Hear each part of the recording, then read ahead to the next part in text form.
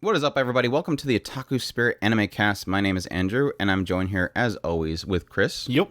Today's episode is our summer 2022 anime season first impressions. It's time to go through all the shows of the season currently, let you guys know what is currently kind of panning out to be something good. Of course, this is going to be a two-parter. I thought about doing three.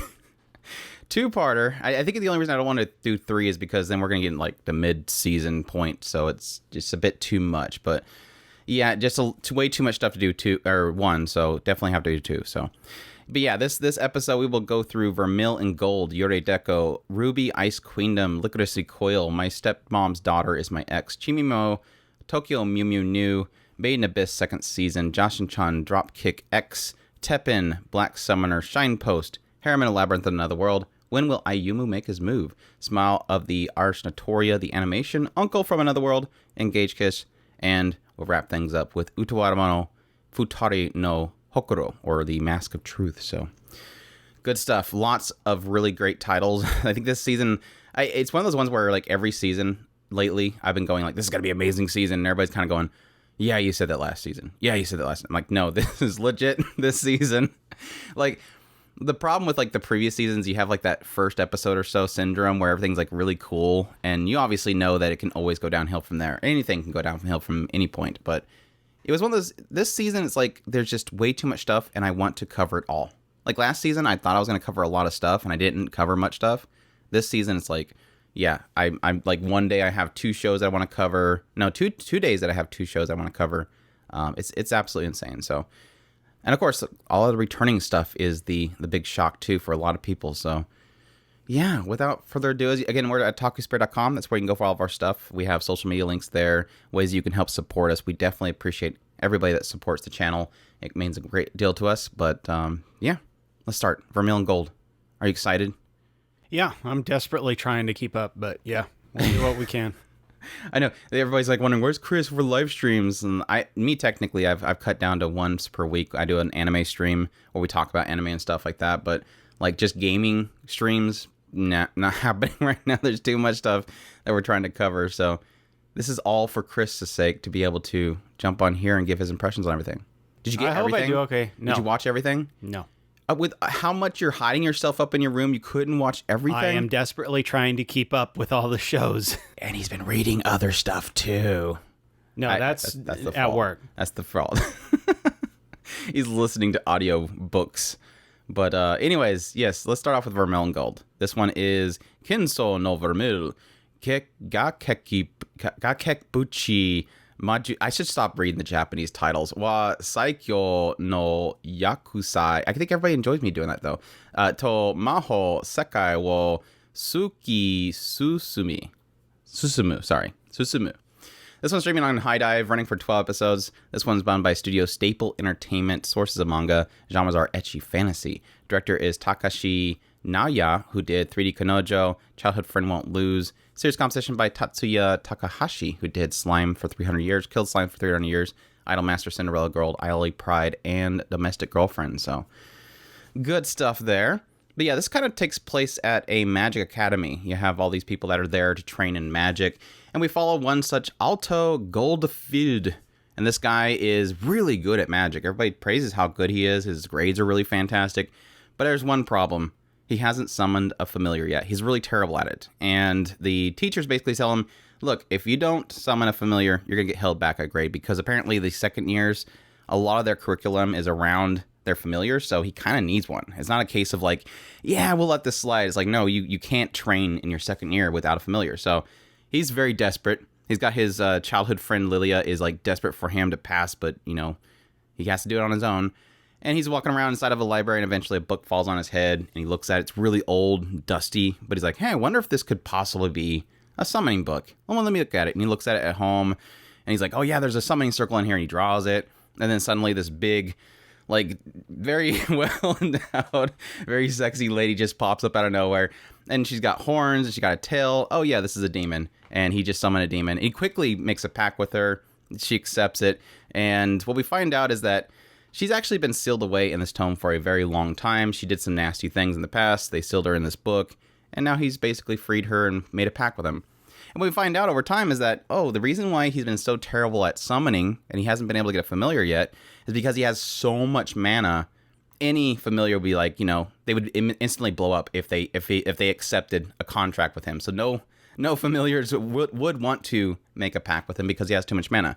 But she's the opposite in the idea that she's a demon, whereas demons typically will take the life of the person that summons them because they take so much mana. She's able to basically feed off of how much great amount of mana he has. So they make like a nice little pact there. So yeah, he has to take her to school. Everybody believes that she's just some hot lady that he brought to school because she has to hide that she's a demon. And then yeah, he goes through his school years and they're super overpowered together because the cool thing is though, despite the fact that he is really good at magic, he has a lot of mana, there is a cool thing here in the idea that it's not always like the demon handling the situation, because what she does is she's able to feed off his mana, which requires what typically a succubus would require.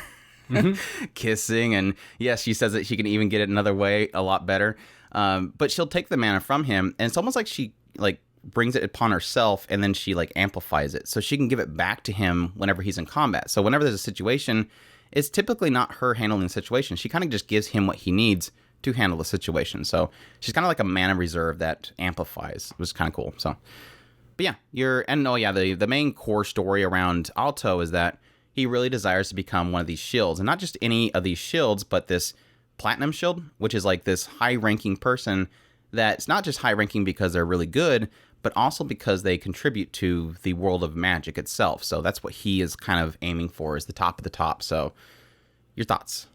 I have Netchi. Yeah, make no bones about it. This is just fun, goofy, kind of ecchi. I do like the fact that they're taking it from the kind of Magic Academy side, and they're actually playing around with the concept of, like Andrew was talking about, the summoning aspect, and then at the same time the like Andrew had pointed out, the interesting twist to him was not so much that he was horrible at summoning. It was that he had so much mana, incompatible. He was that nobody wanted, or no summon in their right mind would want to be his summon because he is literally dangerous. So her being I guess a catastrophe is what they kind of implied. They haven't really gotten into her so much outside of the fact that she's a demon, and obviously she's a succubus demon. And then in the synopsis, it says that she's a catastrophe. It's interesting that she's the only one that would take him, and so that leads us to believe that there's going to be some interesting story involved in her as he gets to know her a little bit better. So outside of that, it's been fun. The hijinks are absolutely fun. A lot of the Magic Academy, the interplays between the kind of clubs and all that seem like it could be interesting as he goes up in the ranks later on. So all in all, it's very interesting. I'm having fun with it. So yeah, for sure. Yeah, I won't say this show's really doing anything special at all. It is, for the most part, just straight up a reason to have some boy walking around with two hot girls. And then, the ecchi stuff ensues. I think the frustrating thing for a lot of people for this being an ecchi show is the idea that the main character is one of those spaz out type of characters. When every time he sees anything inappropriate, he just starts going, "Oh no, what are these big round things around me? Oh gosh, I got to get away from this situation." He is kind of one of those types. He's not a go-getter at all. He is as pure boy as you could possibly get, and that technically can frustrate. It's already frustrated me quite a bit. It's like, yeah, okay, this is his archetype. Good on you. Oh, poor you, boy. Oh, poor you. Yes, yeah, poor you. But I say that, but there's some good ecchi here, and it's not something that shows things, but at the same time, it's not one of those ones that has a ton of censorship, because I believe this one doesn't really technically have censorship in the original broadcast. It's just kind of one of those ones where, yes, the hair is perfectly in the right spot to cover up things that they need to cover up. The shots are always in from an angle that you don't really necessarily see anything, but you can, it's left up to your imagination, that kind of ecchi stuff. But I will say, like, the second episode or so with Lilia doing the invisible potion was, like, easily one of the best ecchi scenes in this season, which is funny because everybody's obviously looking at Harem from Labyrinth and Another World as being the pinnacle ecchi show of the season. It's like, well, I've technically got more moments out of Vermiel than I've gotten out of that one. Yes, that one shows, the nips and stuff, but this one seems to be doing a lot better so far. I mean, Harem and Labyrinth and Another World can start getting really raunchy here soon, so we'll have to wait and see. But whereas that one's doing like dungeon crawling and skills and stuff, this one's just straight, overpowered main character or overpowered main duo in against all the odds, essentially. But it's trying to get a little dark with certain aspects of the story for sure, because they obviously imply that Vermiel has done something really incredibly terrible in the past, and that's why she was sealed away. I'm curious when they'll eventually get into that, if it's just one of those stupid misunderstandings things. She was trying to help, but she didn't. Or maybe the fact that she is what she is, quote-unquote, succubus. She possibly caused troubles with certain groups of people. But that'll be interesting to see once that reveals if it affects Alto in any way. Probably won't. Also getting into the dragon group or club and how seemingly violent they are. I haven't seen the conclusion of that fight yet, but I'm sure it'll do something interesting. But overall, again, it's kind of just ecchi, harem, love triangle fun at the same time. Has at least a solid driving force for Alto, wanting to become not just the best of the best, but become somebody that contributes to the actual world itself. So we'll see if it turns anything interesting. But so far, I can't really recommend it unless you're just looking for ecchi fun show, because that's really all it's technically doing in the outset. So we'll see where it goes from here, though. It's Vermiel in gold. Check that out if that's interesting to you. Moving on, we have Yurei Deco. This one is streaming on Crunchyroll, run for 12 episodes, done by Science Saru. Source is an original. And this one, series composition, is being done by Dai Saito, who did Listeners, Worlds Bubble Up Like Soda Pop, Gets 2045, and Ergo Proxy. And this one takes place on this island city where it seems like anybody that's born on this island, or at least comes there, I haven't really specified if there's other places in this world, just that there's this island. But anybody that's on this island is required to wear these things known as deco, which deco can be applied in two different ways, either by surgery to your eyes or by you wearing glasses. But again, everybody is required to wear these deco. And what deco are is it's essentially augmented reality. You get your regular vision to see the physical world, but then augmented reality in the deco will apply this virtual world on top of it, just like augmented reality. And not only that, but it allows you to tap into virtual worlds as well, so you can go into meetings and stuff like that.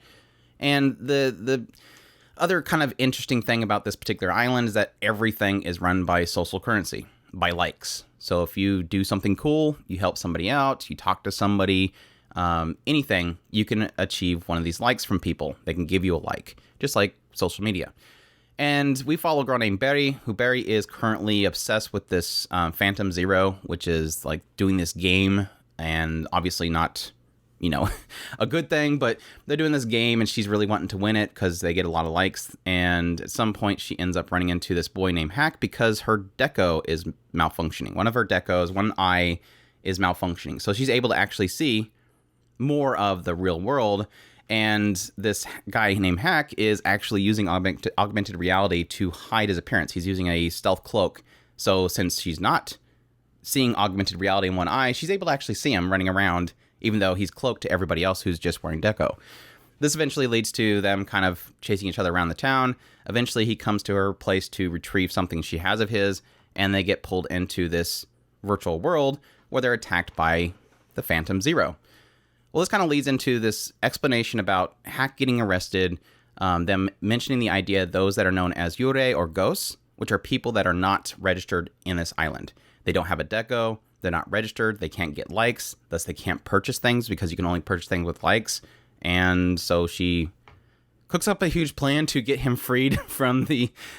he's having a trial, and so she goes through this whole process of figuring out proof of that he didn't cause it. She goes in there to try to prove his innocence, and then Phantom Zero attacks and they flee anyways, so they didn't mean anything in the end. So that's kind of where we're at right now. Like I said, just kind of mentioning the idea of the likes, the social currencies, the ghosts of this island that aren't registered, and the deco, and kind of a little bit into this whole kind of issue with the society itself kind of hiding from negativity. So you do have Barry's parents, work at this organization. It's like the central organization that pretty much goes through all their kind of social media setup stuff and deletes and denies anything that's negative. So if somebody hits somebody, they'll get rid of it. If somebody hugs somebody, oh, that's a good thing. Let's keep that on the social media kind of thing. So it's kind of getting into a little bit of the people hiding from negativity in this world. So yeah, did you ever get a chance to watch this? No. Oh, I'm sure you're heartbroken, Chris. We have a long-standing issue with Science Saru, and there's a group of people that don't like that. But yeah, I've always been hit and miss on Science Saru, and this is probably going to end up being a mid to almost miss. It's fine, but at the same time, I'm not really enjoying it. Yes, the art style, not my favorite, not my style that I enjoy. It's very kind of messy looking, and Science Saru is very well known for being very messy and very plain looking characters with a lot of animation. And I give them credit for that. I acknowledge what they're doing there. They do a lot of animation. This show is full of animation. They're running constantly. I will argue the action scenes are boring. Like, they're so super boring. It's just mainly characters running constantly, running, things shooting at them, running. And it's pretty much most of this entire show so far has been that. The social media aspect, I think, is a part that I struggle the most with, besides the characters, because I made it my video. Here we go again. The social media likes are dangerous to society. Society built around social media. This is the evolution of social media, is everybody living off of likes and people seeking likes and betraying people for likes. But I will say that despite the fact that it's got a setup like that with the social currencies, likes, and using that for currency, it hasn't said anything about it yet. So I don't really know exactly yet, and I'm technically already a quarter way through the series. I haven't really figured out what it's trying to say, because I don't think it's trying to say that it's dangerous to have this as a currency, because when they have this whole zero disaster where everybody's likes gets reset to zero, they immediately the next day go in and reset them all back to normal. Like, these guys come out with vacuums and they vacuum the likes, and the likes return to normal. So I don't see it saying anything there. Yes, it's kind of getting a little bit into the idea of always looking at what is positive, what is always liked, but they have a society in the background that's deleting that which is negative. So it's not a case of people wanting to hide from it, just that the society itself is hiding it. It might end up saying something about that. That's probably the only thing so far where it seems like they're trying to say something. The other thing that I can see them probably trying to get into is with the aspect of the ghosts, people that are outside of the society, people that are outside of quote-unquote social media, trying to survive in a society that is so driven by social media. I can see that probably being the message, because that's what they kind of introduce with the ghosts. Now, the problem that I'm seeing is that they haven't really explained why they can't be registered. Like, is Hack and Finn, these guys that are ghosts, are they ghosts because they don't want to get a deco and get into the system? Do they see that there's a problem with the system and thus they don't want to be a part of it? Are they just not allowed to? Why aren't they part of the system? Is it because they were born under a bridge somewhere? Again, why can't they just go get registered? These are kind of the question marks they're really not getting into quite yet. And they could. That's perfectly fine. They could just be trying to get us into the world and the characters. That's the problem, is the characters so far just really boring. I haven't got anything out of the characters. Barry just runs around saying Lovey every 2 seconds. That's Lovey. This is Lovey. Ooh, that's Lovey. Lovey. Lovey. That's all she says. I haven't really got much out of her besides possibly a little bit of a rebellious juvenile kid that's trying to push away her parents. But parents don't really care, it seemingly. Hack at the same time is just very gibberish. That's his thing. His thing is talking gibberish. So I can't get anything out of foovy woovy, popey popey, jiggy jiggy. He just says that kind of stuff all the time, which I feel so bad for the translator that has to translate that stuff. Finn is probably the most interesting character, very mysterious, pops up out of nowhere, seems like they're kind of driven to something. We haven't got too much of Finn, but at least they talk normal, so I'm starting to gather something from Finn. But yeah, I think the biggest issue is the show just doesn't really have characters I care about. They're just kind of just bubbly and weird, and that's about it. So I don't know. I think my biggest issue is that it's revealed a lot about the world. It's set up everything about the world, but it hasn't really done anything with the world or the characters, in my opinion. And I don't care much for the style, the visuals, the music, but it's not terrible at the same time. So we'll see if it turns into anything interesting, but so far it's there, and it's another social media show talking about, it's like old people trying to understand internets. It's always a good thing, right? old writers and directors trying to figure out internets and the dangers of internets, but we'll see. I think Rie Kajimi is supposed to be smiling it, so hopefully that turns into something interesting, but we haven't seen Smiley yet, so. Yeah, that's Yurei Deco. If you're an artsy person, you're probably going to find this to be amazing, so go check it out, because it's artsy, obviously. So, yeah. RWBY, I'm burying myself, so I should walk away. RWBY Ice Queendom, or RWBY Hyosetsu Taikoku. This one is streaming on Crunchyroll, being done by Studio Shaft. The source is, of course, a animated series that was done by Monty Ohm and Rooster Teeth. The director is Kinjiro Okada, who did March Comes in Like a Lion, alongside Toshimasa Suzuki. Series composition and script work is being done by Ubu Kata, who did Modok Scramble, Psycho-Pass 2 and 3, Fafner Dread Aggressor, and Gets a Rise. And this weird status of plan and animation concept is done by Jin Nobuchi, which, whatever that means. Yeah, so this one, essentially, wow, it's been so long since we watched the first 3 episodes. I watched the 4th episode here yesterday, but I had to kind of remind myself, what are we doing? But no, essentially is like this world where there's these evil creatures and they have to be fought. What was the Grimms? That's right. There's these Grimms that show up, and so people use hope to create a way of fighting back, and it's basically through this dust, which is this energy source. So they fight against the Grimms, and eventually we follow RWBY, who is this girl that's aspiring to become one of these huntresses to fight against the Grimms, and her sister just recently got accepted to join this academy, Beacon Academy, which trains hunters. And RWBY's really excited for her sister, but at the same time really wants to be a huntress too. She ends up running into a gang that's robbing a dust selling facility, or a marketplace that sells dust. And she ends up getting accepted to go to Beacon Academy because she fought these dudes and they see potential in her. So her and her sister get on this little plane to go fly over to the academy. They instantly get thrown into a trial where they have to basically form teams and fight to survive in this forest, where they end up fighting a really big, huge Grimm. And then they go to the academy, where we're starting to learn about a certain type of Grimm, which is was it Dream Eater or Dream something? Nightmare.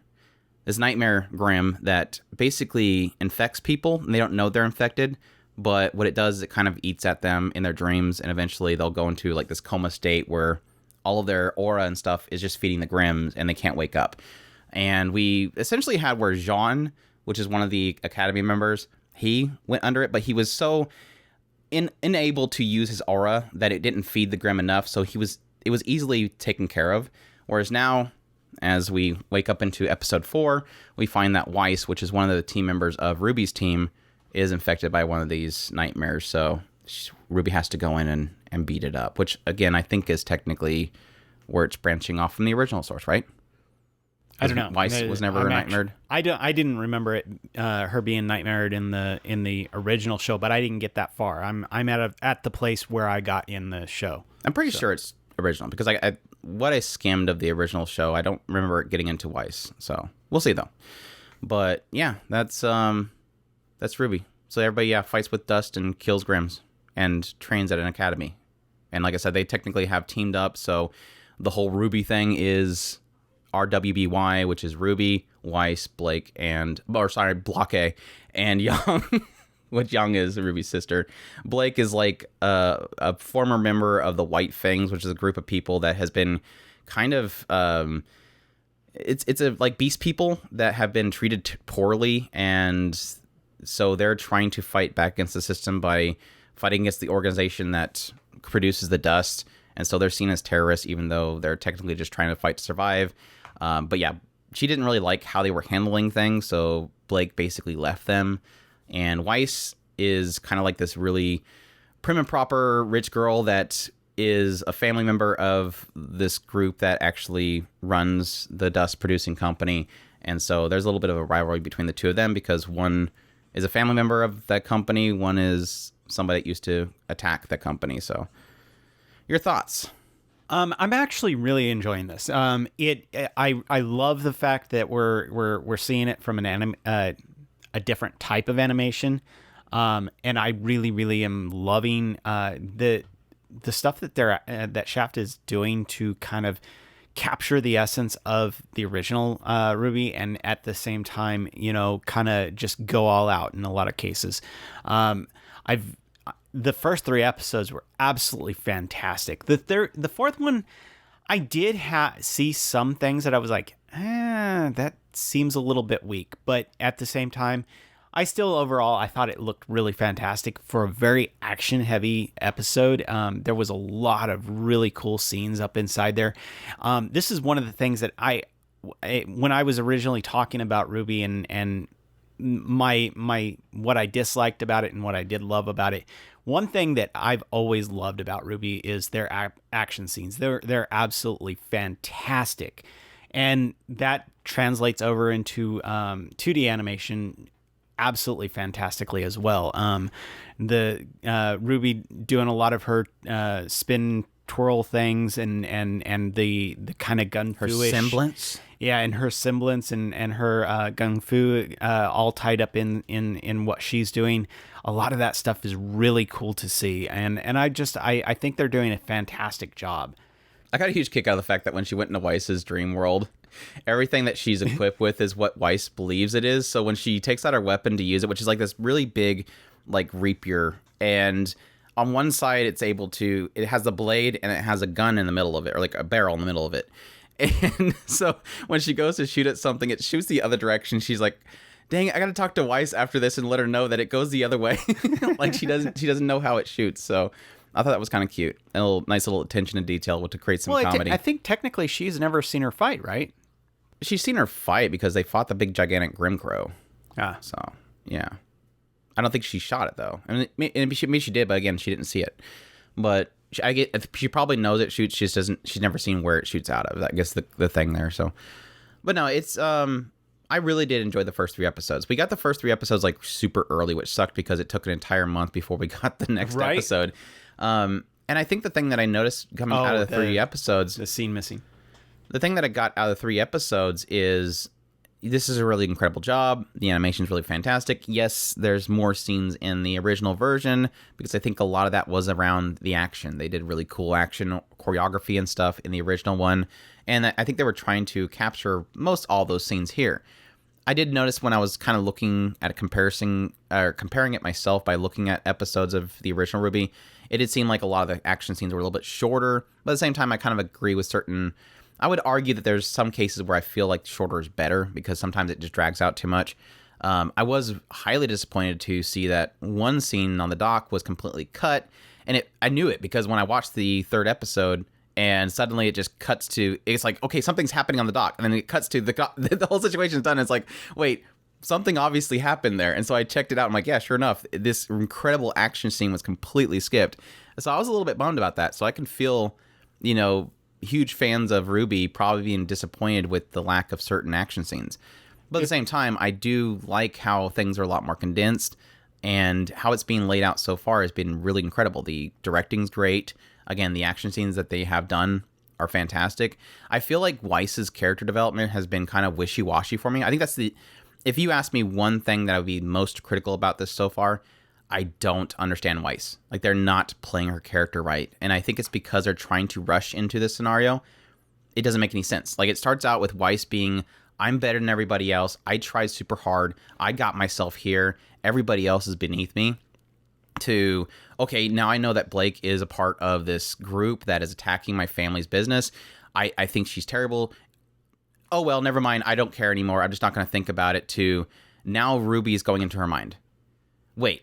You just said in the previous episode when it's happened to Jean, only people that are truly trusted by the mind can be allowed in. So Jean, obviously being in a relationship with Pyra, he's going to let her in. Why is Weiss allowing RWBY into her mind? She hates her. She's always hated her, and she hasn't done anything to gain her trust. Why would she be allowed in? So they're setting up things and they're breaking their own rules, and I think they're not handling Weiss's character right. I do like her character, and I hope that they do something cool with it, but it feels like things are going a little bit too fast for what they've set up so far. But other than that, it's good action. I'm enjoying a lot more than I thought I would, honestly. I think the setup's been pretty solid so far, and it has potential in the future. So it is technically just, here's the bag monsters, go to academy to train, but underneath it's got some cool mechanics and stuff that they're doing cool stuff with. Yeah, I was only going to throw in that the missing scene from the doc was discounting one of my favorite characters with Penny. So, yeah, I agree with the Penny thing, but I thought Sun in that scene was amazing. Cool like too, he had this cool little like nunchuck chain gun thing, and he was just swinging it around like nunchucks, but then it would like shoot off bullets. It was like, oh my, I would love to have seen Shaft deal with that. But I do agree, like with I will say episode 4. It was very artistic for the most part. Really cool seeing the inside of her mind. Obviously, everything seems to be so centered around her parents, the company. Everything's driven by the company. She feels this necessity to be a part of the company and serve it well. So you see a personification of what she's going through. Everything is so much about this dust and everything and the company. But the struggle was like towards the later part, suddenly RWBY, runs into this figure, which we don't know who possibly is Weiss or not Weiss. Runs into this figure, and then they start fighting, and it just like, I realized at that point, this is probably the norm for the show. Like, this is like episode 1 to 3 was them going crazy and selling you on this show. It was pre-released, it looked really polished, and now this is the norm. This is what Shaft is going to be doing with the show. And I honestly, you could disagree, it's fine. This is normal for me for Shaft. Shaft always starts really strong. And then you get into the norm, and then they just kind of just do enough. And they always stick with artistic, but the actual animation action, it's always kind of like shrug. There's always these points where they'll put like that extra effort into it, which is perfect. I completely agree, but this is the norm. And so I'm kind of glad I watched the 4th episode, because that kind of set my expectations. This isn't going to look amazing like the first 3 episodes throughout the entire series. This is probably going to be the norm. So, which, I mean, I give them credit, because most of the episode was a lot of different perspective shots. There was a lot of sceneries that was changing. She's constantly moving around the environment, so that, it was the majority of the episode was her running around. So I can see them kind of pulling back the reins a little bit for the ending part. So anyways, I'm looking forward to it. I think RWBY's a great character. Love her Seiyu. She's already sold on me just by her Seiyu alone, but I enjoy Yang. They haven't really done anything with Yang. I think she's the only one that they really haven't touched at all. Blake, obviously, having a lot of conflict in her past. I'll be interested to see what they do with the White Fangs and Blake, if they do. And again, technically, Weiss seems to be the focus right now. The PVs seem to make her the focus. The Ice Queendom thing. Everything seems to point at this being about Weiss, so that is, I think, the biggest concern I have, is that since I'm already kind of struggling with Weiss and how they're progressing her character so quickly and not making much sense, does make me concerned for the overall show when I'm already feeling that in 4 episodes. But I'll hold judgment. I'm enjoying it. It's very entertaining, so we'll see where it goes from here. RWBY Ice Queendom. Oh, yeah. Ling Tosite is involved, which is great. Lycoris Recoil is our next one. This one's streaming on Crunchyroll, running for 13 episodes, done by Studio A1 Pictures. The source is original. The genres are action, comedy, slice of life. And this is written by the creator of Bento, which is Asa Ura. So, good stuff there. But this one basically takes place in kind of a Tokyo setting. It feels a little bit semi-futuristic, but it's pretty modern time Japan. And at some point, we follow a girl named Takina, and she is currently being deployed as one of these Lycoris, which we find out in this particular setting. There's these girls known as Lycoris, who are orphan children that are raised by this company to be basically assassins. So if there's a threat, if they register that there's a threat happening, the girls will kind of go there undercover and take out the threat. And then the organization itself will cover it up, so nobody will know that happened. So they have this whole opening sequence where you have people opening up bags and there's explosives inside of it, and then suddenly this schoolgirl walks by and takes out this silence gun and goes, pew, pew. It's like that crazy kind of stuff. But we follow Takina. She's one of these Lycoris. She's being deployed at this kind of arms deal that's happening. And while she's being told in order to stand down, she takes out this huge gun and just mows down all these bad guys, even though her partner is technically inside that room and could have been hit.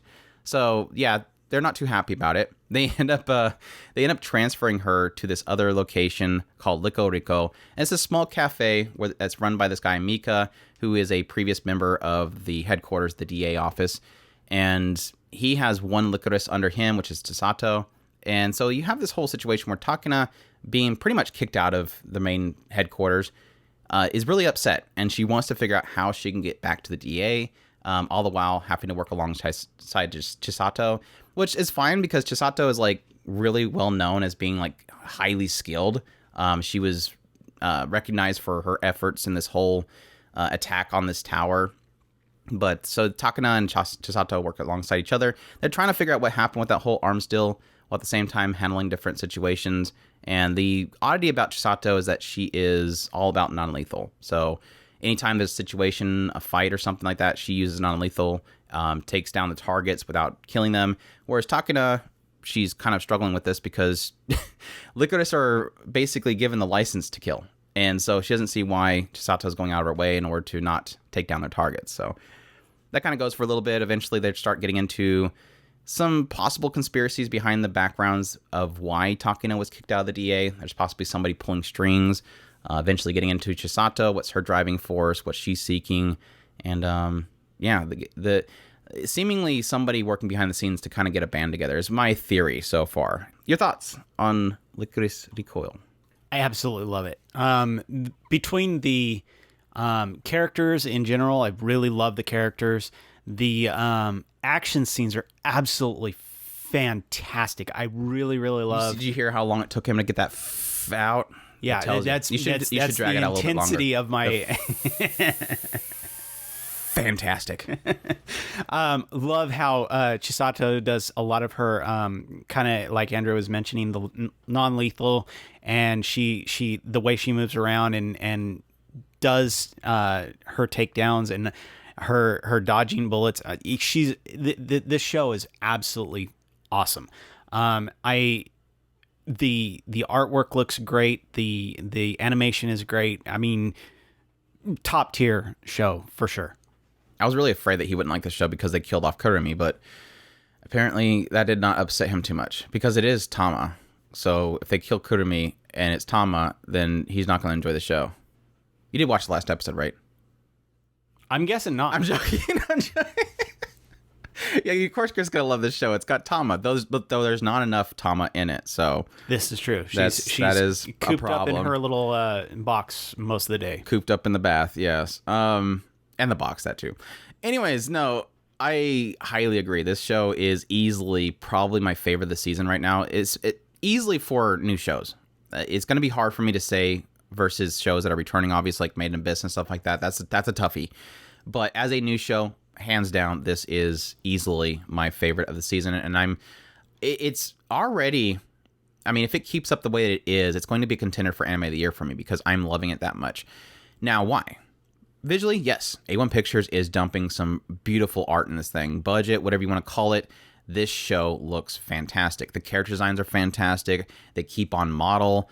They look great. They're great character designs. I love it. Seems like there's somebody that works behind the scenes that is very into fashion because they like to show these characters in different outfits. A lot of the kind of the commercial cuts will have a lot of different outfits. It does seem like somebody has some style that's working on this project. Now, outside of that, the next part is the animation. Yes, looks great. I haven't really seen anything that's really been like that looks a little rough. Maybe the only thing that I can really think of is the CGI car part. They were trying to flee in this car, and it kind of that CGI kind of stood out a little bit, but that was very brief. For the most part, everything else has been fantastic. And now the thing that sets us apart from most all action scenes, as I've said this, I feel like I'm a broken record. I'm sorry for those that have watched my videos. I keep talking about this. This is how you do action scenes. It's not just, okay, these girls obviously use weaponry, bullets and stuff like that. So they're going to be hiding behind cover fire and shooting at the bad guys that are shooting at them. No, it doesn't do that. It's not just take cover and shoot back and forth. This is like, there's steps to the combat. There's sequences that it's going through. It's like I've mentioned before, it's almost like an orchestrator that's orchestrating a big ensemble of instruments. So you have, like, for instance, in the second episode, Takana coming into this room behind Chisato. They take fire. She hides behind this briefcase, and she starts kind of leaning left and right to shoot from behind the briefcase. Chisato flanks to the right, jumps over this shelf, fires from above. They go to this whole scene inside the hallway. Chisato kicks somebody's grenade inside of a door, closes the door, throws a person in front of the door so they get knocked out. It's just, there's so many little intricacies to the combat. It's not just simple shoot back and forth. There's something happening, and it's always twisting and turning with the combat, and it's so super entertaining. Whoever is behind like setting up these sequences needs massive amounts of credit, and they keep doing that with each action scene. Even the mock fight that they had at the DA, just kind of this whole thing where she's trying to teach this Kohai how to do her work while she's fighting. Oh, you're too close. Grabs the gun, pulls it away. Dislodges the chamber. That kind of stuff is so cool. They do a great job with the action scenes. Now, that's what I was thinking with the first couple episodes. Like, this is going to be a show with great character interactions, fun character interactions, and just really great action scenes. Episode 3, and on into episode 4, sold me that this writer is absolutely incredible with characters. I have never seen character writing this good in a show in so long. And why it's so incredible is because it feels natural, and it has steps to it. This isn't, Chisato saves Takana's mother, and thus Takana falls in love with Chisato. This isn't, we get into this deep backstory about Takana and this burning building, and Chisato was actually a childhood friend that pulled her from the burning building. This is, the characters are in the now, and Chisato says the right words that Takana needs. In the third episode, it really does get into how, like I mentioned before, this organization is essentially their parents. They're orphans. They had no family. They're brought into the organization. They're raised. They're trained. They're given clothes. They're given a place to stay. Chisato kind of hits on this idea of, I remember this place. I knew you'd be here because all of the Lycoris love this place. It's like this fountain. And she talks about how I so looked forward to the day that I would wear the uniform because that's what they all look forward to. Oh, we all look forward to the day that we get to live in the dorms in the DA. That's what they all look forward to. This is their home. This is their family. And Takana technically has been kicked out. And even though she goes to the commander and says, look, I found proof, the commander's like, I never told you can come back. It's almost like her own parent is saying, you can't come back home. And it dawned on me at that point, like, okay, that's right. They're technically orphans. This is all they had. But it was great because they had this moment where Chisato's telling her, look, you have a place to be. Try it out. Try to hang out with everybody at the cafe. Try to have some fun. And if you still don't like it, you can come back. We'll find you an opportunity to get back into here. It was almost like Chisato allowing Takina to choose what she wants to choose, that she'll accept whatever she chooses, but she's giving her an out and saying that she is happy that she exists. She's happy that she met Takina, showing her that somebody wants her. Yeah. And it was enough to open the door for Takina. And I kind of mentioned it as an idea that Chisato right there made a chip in her armor. Opened up a little bit. And then as you get in the fourth episode, he's having this very natural scene with the two of them going to this aquarium, Chisato opening up a little more about why she's non-lethal, how she doesn't like taking away the years that people have. And then it gets to this point where Takana finally realizes Chisato's uncomfortable with the conversation. And so she goes over and she breaks the conversation by acting like a fish. And I was like, that was so natural. And it was so embarrassing for Takana. And it was such a great scene because we finally seen Takana, that armor broke open. Like that thing that was blocking her from being a kid, having fun. It finally broke open. And like I said, the way that it plays out so naturally, and it feels like a bunch of dumb kids just having fun. And I loved it so much. And to add to the fact that it looks so gorgeous, and yes, technically the entire episode was about boxers versus Ponsu, which is hilarious. The writing's incredible. And I so hope, I keep saying like every episode I do an impressions video, because I've been doing impressions videos for this on our YouTube channel. Every time I go into an episode, I'm expecting that I'm not going to have anything to talk about. Oh, this is just an action show. But no, the writing is so good, and it's so natural, and it's so fun. The comedy's on point. The characters are on point. Everything just leads me to believe that this is pretty much a perfect rounded show that I'm just thoroughly enjoying. So, gush. I want to compound on what Andrew was mentioning. Don't do it. Make sure you drag that word out again. Fantastic. No. I really did, going with what Andrew was saying, I absolutely agree. The contrast between Chisato opening and saying there's a place that you are wanted, and Takina seeing the DA headquarters and how they are just absolutely denying her any acknowledgement of wanting her in any way, shape, or form. It places this thing on Takina of, where do you want to be? Because you have a place that wants you, loves you, and wants to bring you in. And these people who are truly looking at you like you are the garbage of society, and look, they've already replaced you with somebody else. All this stuff is just playing out in a really fantastic way. We got a new daughter. Don't worry about it. You can leave, daughter. Like I said, it doesn't really get into it. Like, it doesn't get into Takana's mind like she's that way. What was interesting is they chose to have Chisato sort of give her the words, because Takana doesn't like to talk. So it makes sense that Takana wouldn't go, this was my family, I lost everything. No, instead, because she's so quiet, because she's so to herself, because she doesn't want to express herself, Chisato has to kind of say it. And that's what I kind of felt was interesting about how they told that story. Even at the fountain, when like Andrew was saying, Chisato saying, "Look, I understand. This is everybody likes this place. This is where you come to get that uniform." And then Takina, in this, like Andrew was saying, she's kind of awkward and she doesn't speak a lot. When she does have this emotional breakdown and say, "Then you understand. You know why I want to be here."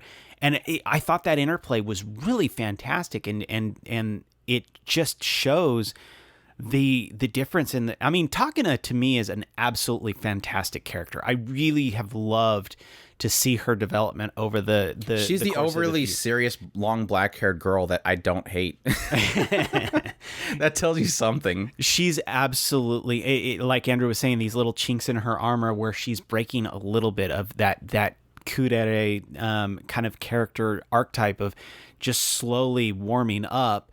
It really, really works well for the way this story is working. Like we were talking about with Chisato and her adherence to being non-lethal, and Takina's like, why do you keep doing this? This is what we were trained and we were brought up to be murderers, and this is normal. Why are you doing everything that is not normal?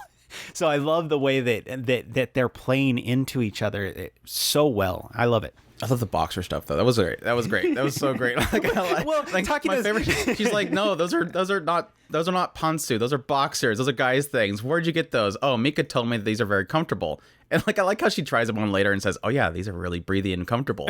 But no, it has this whole thing where she's like, we're going out tomorrow, and she's like, oh, is this a mission? She's like, no, we're getting pantsu.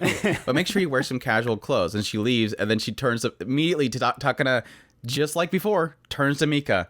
I need casual clothes. What should I wear? And he just kind of lifts his head like, oh gosh, the character writing, like I said, the interactions are just so well written. And that's another thing. It's like Takina preferring the boxers is it's functional. She explained. She's like, are there pantsus? Is there lingerie that is for gunfights? And she's like, yeah, of course there's. No, there's not. I'm thinking, oh, there's lingeries for battles. I guess technically they are. I mean, I've seen some shows where it's got the spy lady and she pulls there's a holster in the underwear kind of thing. But no, I don't think that works. Okay, we got to stop with the gushing. Gotta move on. Half this podcast episode we'll be about to talk about Lycoris Recoil.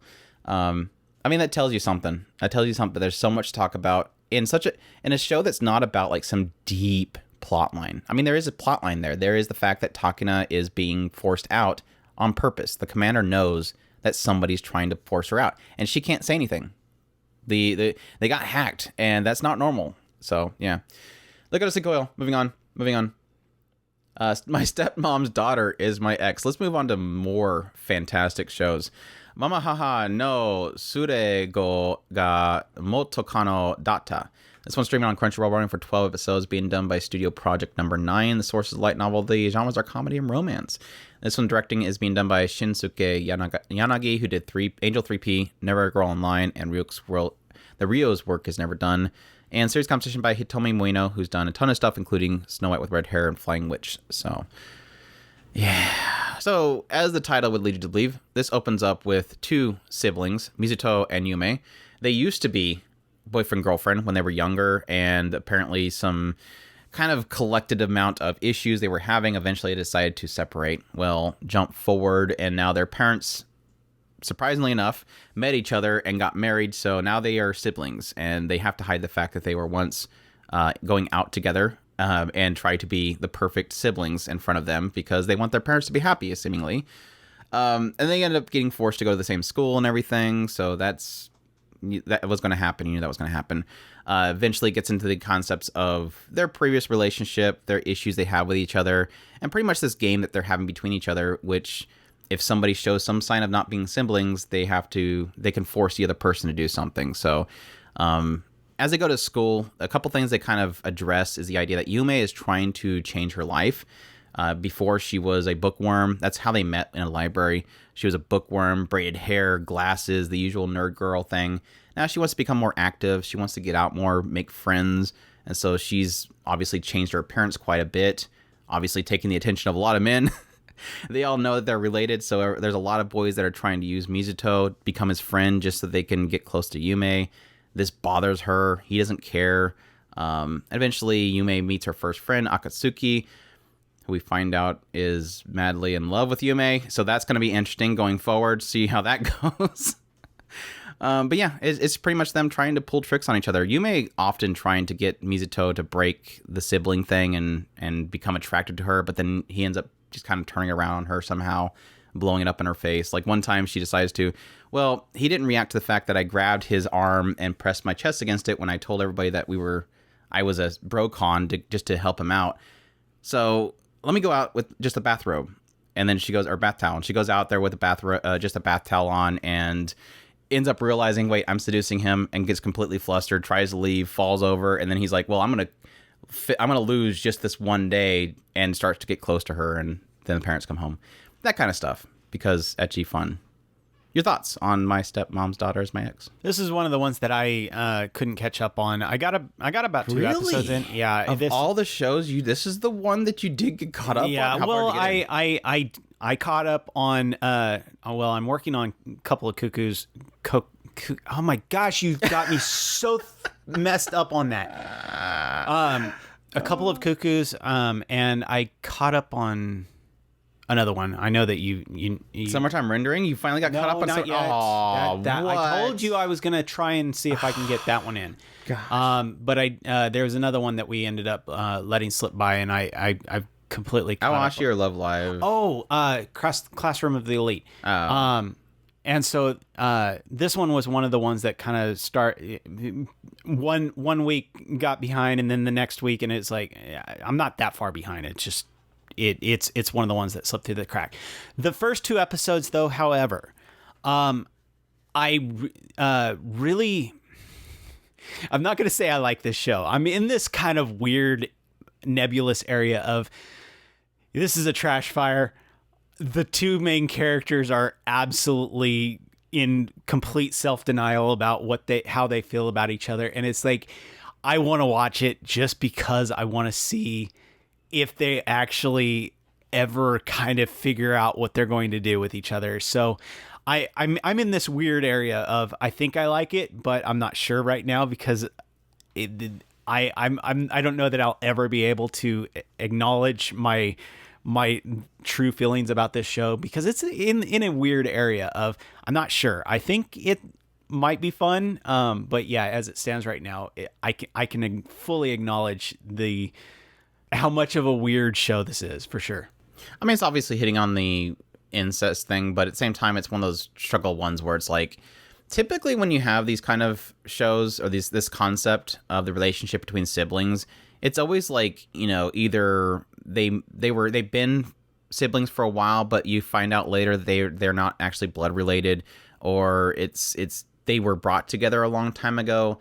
It's always kind of, you have a time period they've been existing together. This is like at the point in which they become siblings, so it's a little more differently to think about because they don't have that attachment as siblings for a long time living together, and so it kind of changes the spectrum a little bit, but still falling in the category of, yeah, you kind of don't need to be in a relationship anymore because now you're in legal terms siblings. So it's a little more harder to fight against and have that struggle with. Like typically people talk about, I've had a sister for 20 years of my life and I think that's creepy or whatever. This is kind of a little bit different story because again, they've technically been in a relationship before.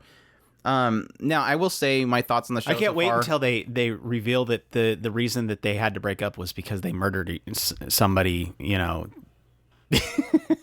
What?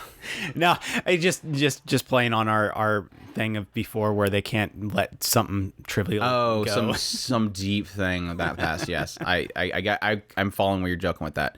I would be interested. Like I said, they've stated that it was a compounding amount of different issues. So it's like, what was the thing that broke the camel's back? I guess is going to be the thing, because I mean, it was obvious that she was like super introvert, creepy with him, like because she kept everything of his, like she kept it all in a box, which was kind of creepy. Like Yume in general is kind of creepy, creepy in a good way. She's like the yandere creepy, where she like, it seemed like she was overly secretively weird about things, and this is stuff that he's now finding out. Like I said, the whole thing where everything that she gave him, she would keep in a box. So if he gave her a pencil to use, she'd put it in a box. Eraser, she put it in a box. She was that about that. Whereas now it's kind of changing that a little bit, but still kind of revealing those issues. I will say, like, overall, I'm mixed on the show. Like, I don't mind if it goes in the route of the whole incest thing. It doesn't bother me. But at the same time, I don't know that they are. That's the weird thing. It obviously seems like there's a physical tension there, especially with the first episode and him falling on top of her and saying, I'm going to lose this one time. She's obviously trying to use her body to get him to break. There's obviously a physical tension there. But my curiosity that comes is as it went along, and I think the whole thing with Akatsuki really did derail my thoughts on the show.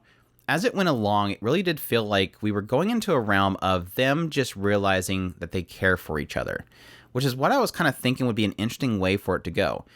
Because it's obviously there's two different routes they can go. One route is that eventually them living together and trying to be siblings, eventually they realize what was so special about each other and forgetting about the things that they didn't like about each other. She obviously hates the fact that he's so wishy-washy. He'll often change his personality to fit to throw her off. And she doesn't like that he's so willing to act like his old charming self just for the sake of throwing her off.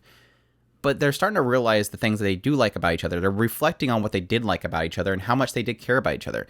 And I'm curious if they'll take away the physical nature of we have to be in love and kiss to I just like you as a person. Let's be strong siblings. Or is it going to go the route of them realizing all the stuff that they liked about each other and then eventually being in secretly having a relationship, which obviously because how much the world of Japan loves sibling love, probably going to go in that route. But I would be kind of surprised if they did go the route of it just being them being naturally in love with each other as siblings because they like each other as people and not be physical about it. But I think the moment that Akatsuki's whole thing got revealed, I'm like, no, we're just going to go straight incest stuff. This is what the writer wants to do. Because at some point they reveal that Akatsuki, who is Yume's first friend, is like super into Yume. Like she wants to marry Mizuto because she wants to be at Yume's side all the time. Like she is giving up her entire future to marry Mizuto just so that she always... Because obviously, I just to inform people, because some people out there do not know this, when you marry somebody, you always live with their siblings. Because anytime you marry somebody, you live with their family 24/7. So that's Akatsuki's mindset, is that if I marry Mizuto, I will always get to be with Ume. I think it would be probably better if she tried to marry Yume, but they won't accept that. But they will accept having Yume live with Mizuto for the rest of her life. But anyways, that's the direction they're going with Akatsuki. And that, it's funny, but at the same time, it threw me off because it really did feel like the show did have a sense of wholesomeness in there. Yes, it's got the whole sibling love thing, but there is a little bit of wholesomeness in there. Like Yume going out of her way to insult herself by saying she has a Brocon thing just because she didn't like the fact that these guys were essentially bullying Mizuto by being his friend to get to her. She didn't like it. She didn't like him being used. She didn't like Mizuto being used. Getting into Yume getting sick, being a little delusional in her sickness, and then at some point realizing she's getting better, but she keeps acting like she's sick in order to get Mizuto to dote on her. Those are some really cute moments they kind of have sprinkled in there, again, to show that these two could possibly just like each other's existence and not necessarily has to go into the route of them being in love, but it could. So it kind of bounces back and forth for me. I think it's a solid show. It's not really doing anything. I would argue it's not doing enough to be as trash fire as I would have kind of assumed it was going to be from the very beginning. The first episode felt very trash fire, but it hasn't really been. It hasn't been playing off the sibling lust thing too much. The whole incest thing. It hasn't been really playing off that as much as I thought it would be. But that could change. So we'll have to see. But yeah. I was only calling it trash fire because of the self-denial. Yeah. It could easily go that direction. I think, again, with Akatsuki's reveal, I think it probably could go down that route. Because now they have to date each other. And yeah. We'll see. But yeah, my stepmom's daughter is my ex. I mean, technically from the very beginning when we first came into it, I was like, yeah, this is going to be... You think Rent a Girlfriend's bad? This is probably going to be worse. But it's no. It's not. No. It's nowhere near. Rent a Girlfriend has its own issues. That has nothing to do with incest or anything. See, I actually like these characters. Rent a Girlfriend is in a whole nother realm. Yeah, Mizuto is not unlikable like the main character of Rent a Girlfriend. Moving on, Chimimo. This one is streaming on High Dive, running for 12 episodes, being done by Shinny Animation. Source is original. The genres are comedy. And this one follows 3 people in this household. I think, yeah, Mutsumi, Mei, and Hazuki. And they all live together at this house. And at some point, these little creatures show up. And they're really cute. They almost look like, I don't know, like a blob. And at some point, it kind of goes to this whole episode where everybody keeps saying... this thing's like hell. Like the heat is like hell. And every time that they would say it, these little creatures would go over and summon more of them. And then at some point, even though they're like trying to find out who the owner is to this creature, they don't even know what the creature is. At some point, they just have like a bunch of these things just appearing in this house out of nowhere. Eventually, this creature from the hell, which they end up calling Jigoku, he ends up showing up to get all of his minions and to destroy them. And quickly... Mutsume gets really angry because he realizes that these things belong to him and that he abandoned them. And she takes his club away and then like just pretty much beats him. So he tries to find a job because he's supposed to like observe the humans. And he tries to find a job, fails miserably. These girls end up allowing him to stay at their place inside the shed. But they give him a place to stay. And yeah, they show him things of this world. Like I said, he's technically supposed to be observing the world. He can't go back empty-handed, so he's just staying there and observing what they do. They go through this whole process of cooking things and teaching them how they cook things, and that's terrifying because, yes, technically, if you explain how sausage is made, it's pretty terrifying. They take body parts from animals, they put it through a grinder that grinds it up, and then they put it inside of intestines of animals, and then they cook it. So if you think about that, that's extremely terrifying. So that's terrifying, but he realizes it's delicious. So they went through the whole process of cooking things, him saying how terrifying it is, but then liking how it tastes like. So that's pretty much Chimimo. Yeah. It's all right. So far, it's all right. I think Chris hasn't watched this one, right? No, I was thinking about checking it out because people were excited about it. I will say it's very wholesome. It's very fun. It's very cute. And again, it has kind of a little bit of twisted humor in there. Like I said, with the whole grinding meat and him being terrified of what they're doing, getting a job and how difficult it is to get a job and the processes and the mannerisms that he has to learn about getting a job. Always having some sort of punchline at the end that kind of bookends the different jokes. I will say that the 3 sisters, I think they're sisters. I don't think the Mutsumi's her mom. I might be wrong. I think they're sisters, though. These 3 girls are just a lot of fun. And I mentioned it today on Discord. I'm like, I technically equate them to almost like March Comes in Like a Lion. It's like a very wholesome group of girls living in a house and bringing some guy in to show him the wonders of the world. Again, not to like the writing levels of March, because this is more of a comedy, laid-back, family-type show. It does have that little wholesomeness to it. So I do enjoy the characters. It's very laid back. It's not trying to do anything really fantastic, but they're just kind of a fun little group to get around with and hang out with. And the shenanigans that Jigoku gets into because he doesn't understand the world that he's in. He's definitely a fish out of water story. So it's like family, wholesomeness, fish out of water guy added to the mix, and then just these kind of little shenanigan moments between the characters. It's not doing anything incredible. It's visually fine. It's got its own unique art style to it. Again, very much so like a Japanese family show just out of nowhere that's not really doing some big story. So yeah, it's fine. It's not doing anything incredible. There's some people on Discord that are really crazy about it, but I'm glad they're having so much fun with it. It's not doing anything incredible to me, but it's fine. It's fine, honestly. I'll probably watch the rest of it just because it's very wholesome, very, very laid back. So yeah, some of the jokes got kind of repetitive though, because like they spent like an entire episode of him learning about foods and saying how terribly they're put together and then going, oh, this is really delicious at the end. It's like, okay, yeah, we've done this like 3 times now. Can we please move on? We don't need to keep killing this joke. We get the layout of this joke. You don't need to show the joke again so that we get the idea of the layout. Oh, this food's made very terribly if you think about it. And then, oh yeah, but it's still delicious in the end. So that's Chimimo. Check that out if that's interesting to you. Tokyo Mew Mew New.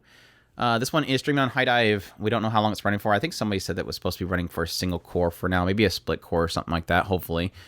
Being done by Studio Yumita Company Graphinica. The source is a manga. The genres are adventure, comedy, fantasy, mahou shoujo, romance, sci-fi. The director is Takahiro Natori, who did Aria, The Benedizione, and Cryptic Skull. I'm butchering that, I know.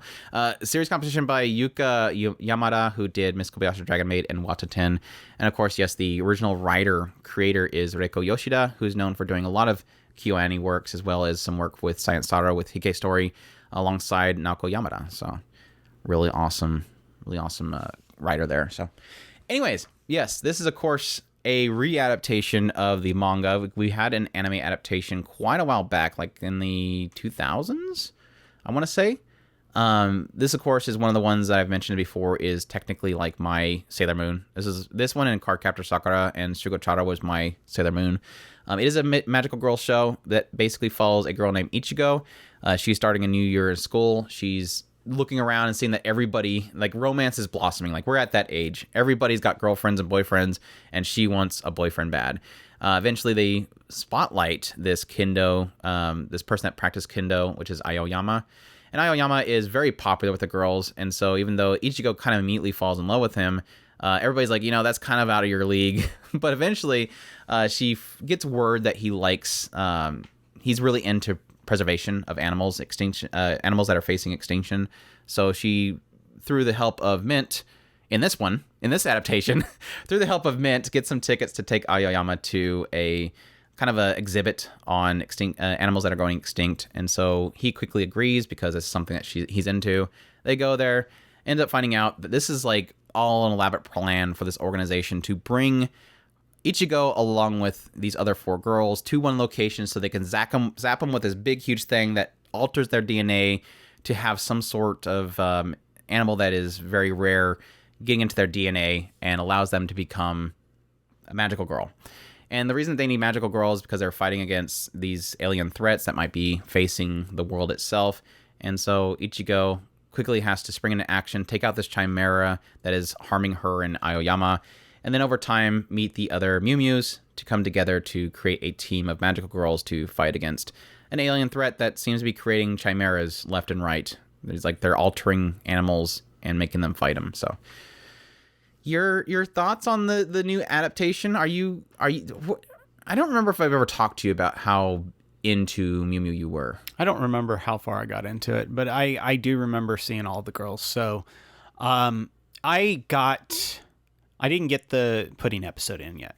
But you missed Pudding's episode? Yeah, I missed Pudding's episode. However, I do want to throw this out there. If you were one of those that watched shows way back in the day, I got so many nostalgia vibes watching that first episode of this one. It was like, I'm sitting here the entire time going, it feels like I'm back in the day watching this show for the first time. It's a magical girl. Like, when was the last time we had an actual, like, legit magical girl? Yeah. It was Sailor Moon Crystal coming back out, but then, like, other than that, that one show that I think White Fox did or whatever? It's funny because with Sailor Moon Crystal, for whatever reason, maybe it was because they were kind of altering things in a way. I'm not saying that they altered it. They went back to They cut out the fat. Yeah, and this one, for whatever reason, it felt like it was just capturing that essence of that original vibe of Tokyo Mew Mew, and so it just felt like I was just watching it again for the first time, and it felt nostalgic, and I don't know how to explain it better than that. But yeah, I absolutely loved it. I love the new kind of cleanup that they technically have done with it by redoing everything again. It feels like it's the new version, or it's a new version of the old classic, just like we said with the Tora,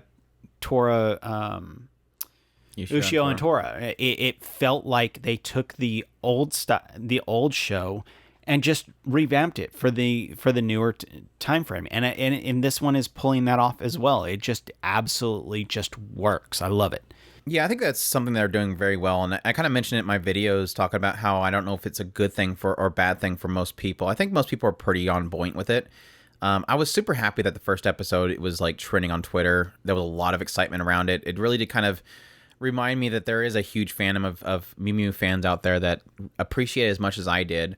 But I think with Mew Mew, it's definitely was always kind of a different take for the magical girls. And obviously I was drawn to it because of the whole, obviously, animal girls thing that they're going with. Because whatever time they transform with some sort of added element of the animal that they are infused the DNA. And yes, technically Ichigo and the other girls can as well. If she ever does get excited or emotions get away with her, it will kind of, that catness will come out because she's infused with the cat.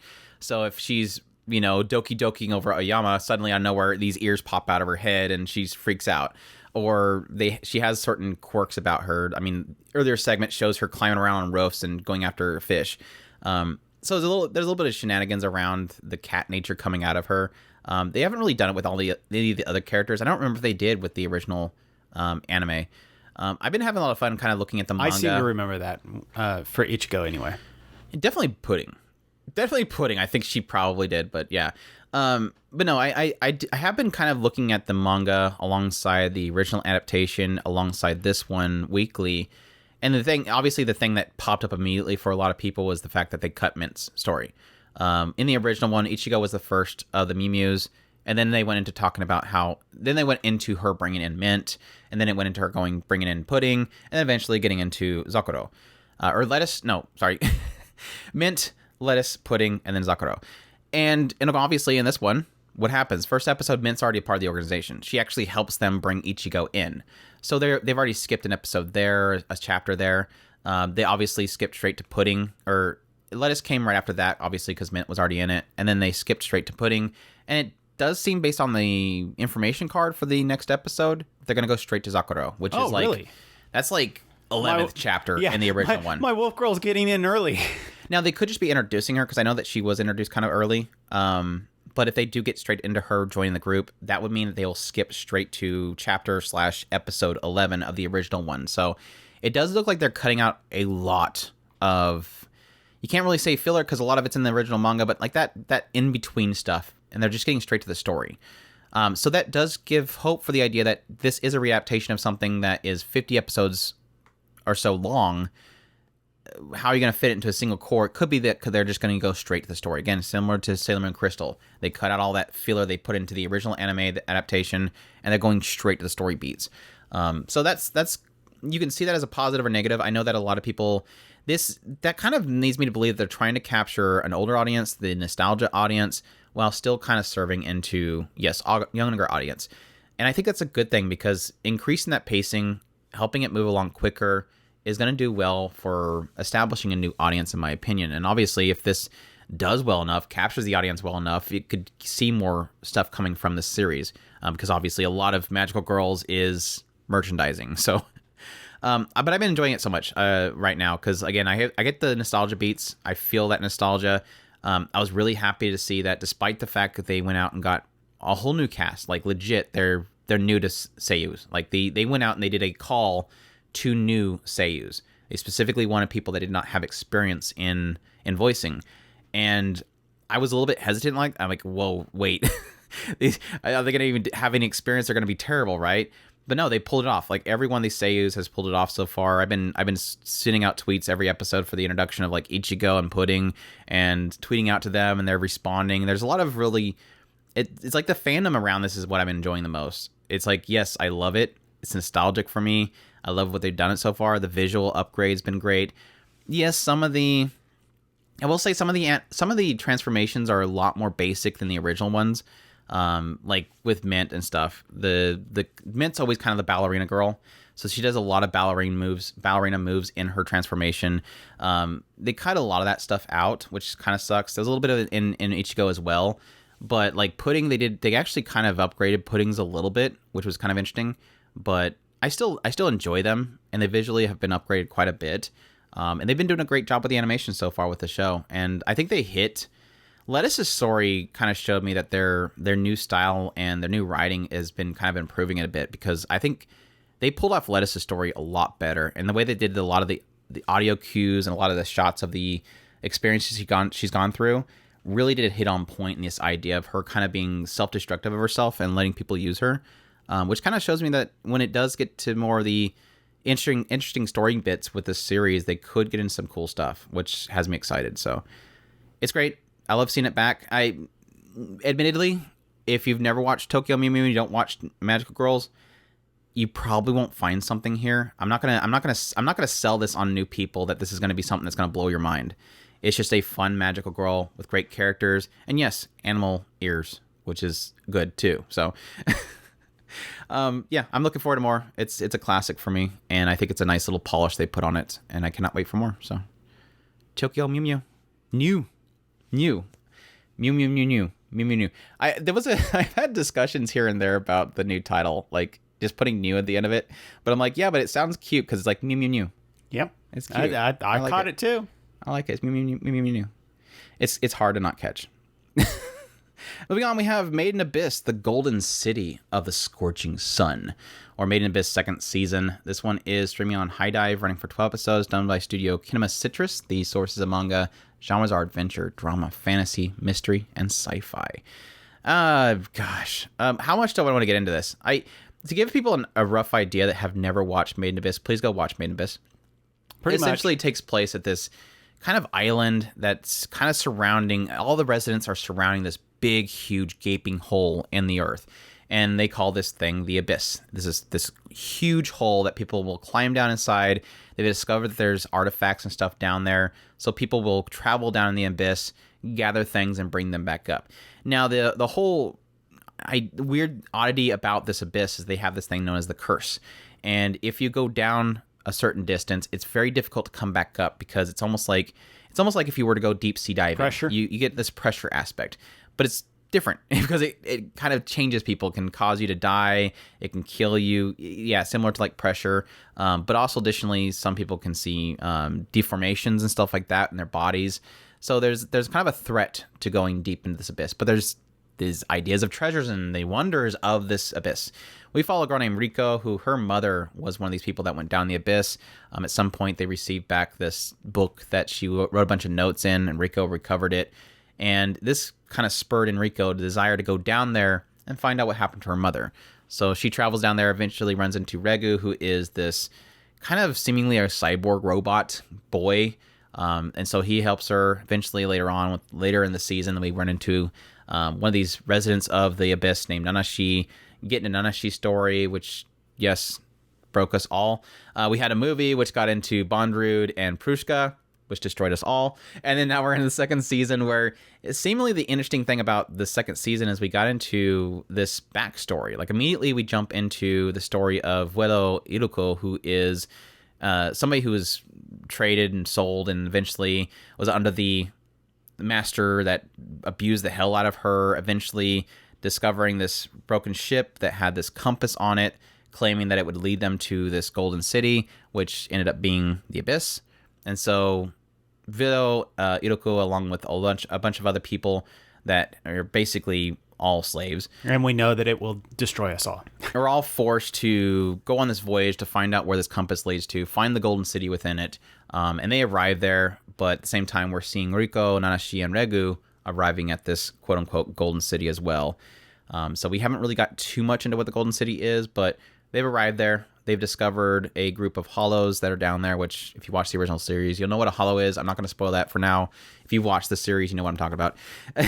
So yeah, your thoughts so far, without getting too spoilery, because we are technically in the second season. I don't want to spoil things. I think everybody should please go watch the original series. Yeah, be aware, it is a very brutal show. So it's a beautiful show. Brutal. Oh, brutal. Okay, I said that makes brutal. it. I thought you said Don't beautiful. Say brutal. It's a very beautiful show. It is a beautiful show. It is beautiful and brutal. Beautiful. This show, I mean, even the last episode, it was like from left field, something happened that it was like, The balancing? Yeah, the balancing. The balancing. It's one of those things that you know full well what you're going into. And to tell you the truth, I will almost I knew I was going to watch it. So I don't even know why I put it off and I put it off and I put it off and put it off, and it was like, okay, fine, I'll get this episode in just so that it's started, and then I won't be so apt to avoid it. It's one of those things that it is a harsh. It's one of those that there is the harshness of reality in it, and I don't mean reality because it's a very whimsical, very. We talked about in our original review of the show. It's impressive how well thought out everything is, and this is it. So there's a harshness to that because of the fact that the person who this entire world is coming from has so much attention to detail.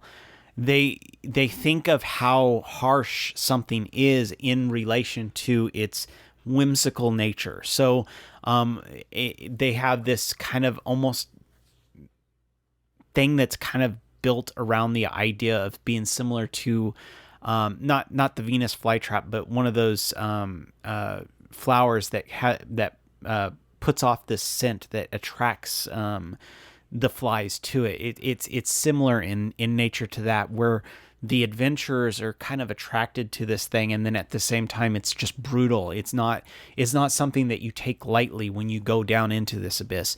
So there's all that encompassed in this world that is the Abyss world, and I really do love it. And yes, because I know full well how brutal the show is, yeah, I'm a little bit more timid into going into the show, but at the same time, it's worth it in a way. I hate to say it. I don't know how to put it.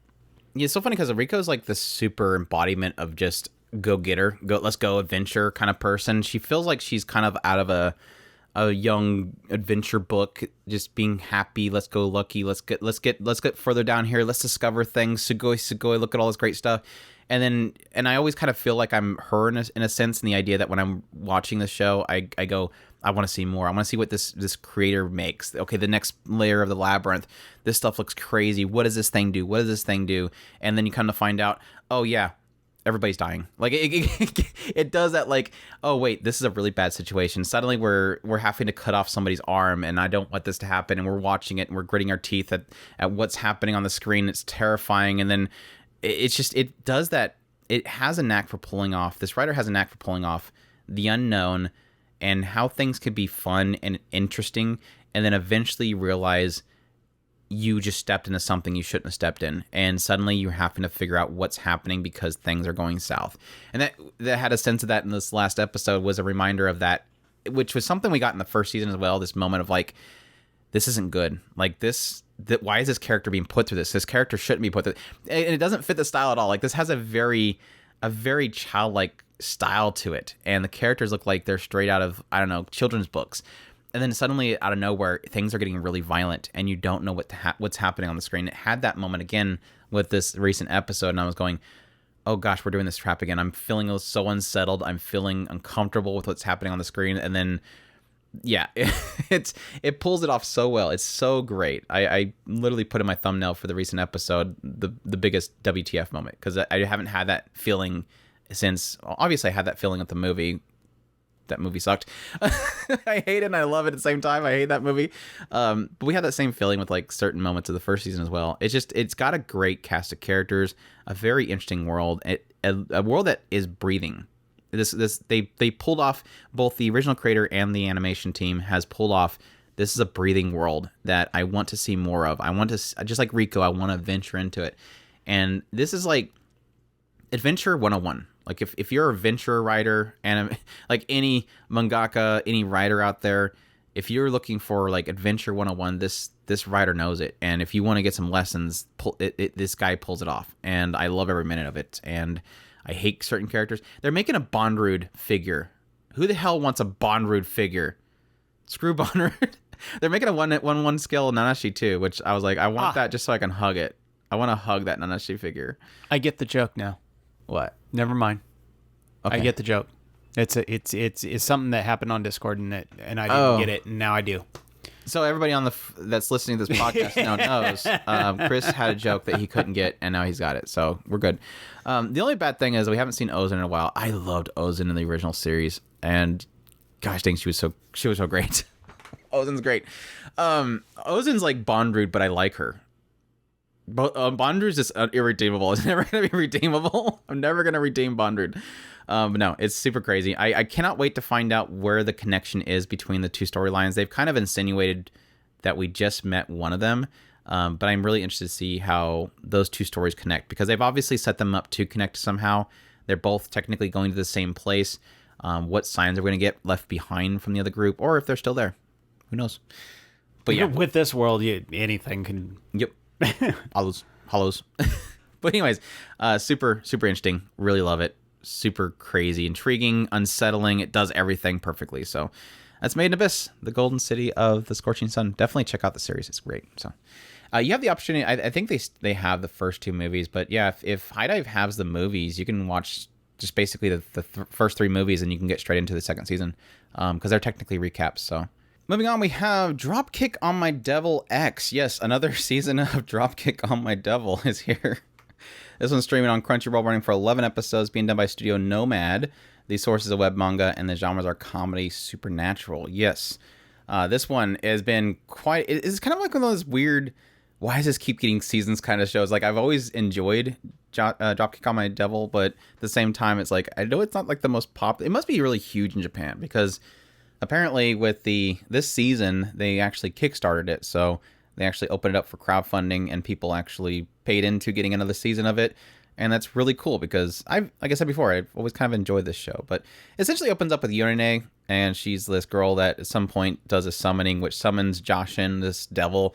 And the whole joke early on was that Joshin wants to be freed from this, summoning from Yurei. And the only way to do that is to kill Yurei, the one that summoned her.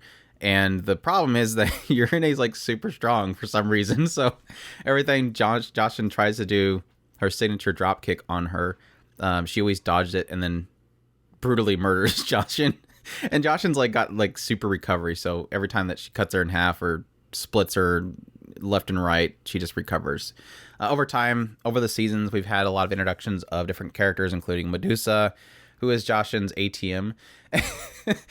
Minnow, so Minotaur from the underworld as well. Then we have some characters coming from the heavens, like Pekore, who's a fallen angel, Pino, who's another fallen angel, and Poporon. And then some point learning about some ice queens. And then now with this season, we have the introduction of Lycoris, who is like the lord of all these angels that are fallen, that has come there to destroy it. And also Miku. I don't know where Hatsune Miku shows up in the show, so apparently there's some sort of collaboration happening between Dropkick on My Devil and Krypton, so Miku's in every single episode, and I love it because we don't get a Hatsune Miku show ever, so to finally have Miku in something, I'm super happy. But she's kind of a side character that gets kind of pulled into different situations, so... They stole leaks from Miku. I mean... Didn't steal. She gave her 100 yen, which is... more than value of what the thing is, so Miku was fine with it. Miku's super pure, so she's just okay. She gets kidnapped by the cop, and Miku's well, I gotta go now. Krypton lady's here. So she's so passive. But yeah, your thoughts on this season so far? It's one of those things that I know that at some point it's going to probably get better. It's one of those with the sketch humor that is Dropkick on My Devil, and or in other shows are similar.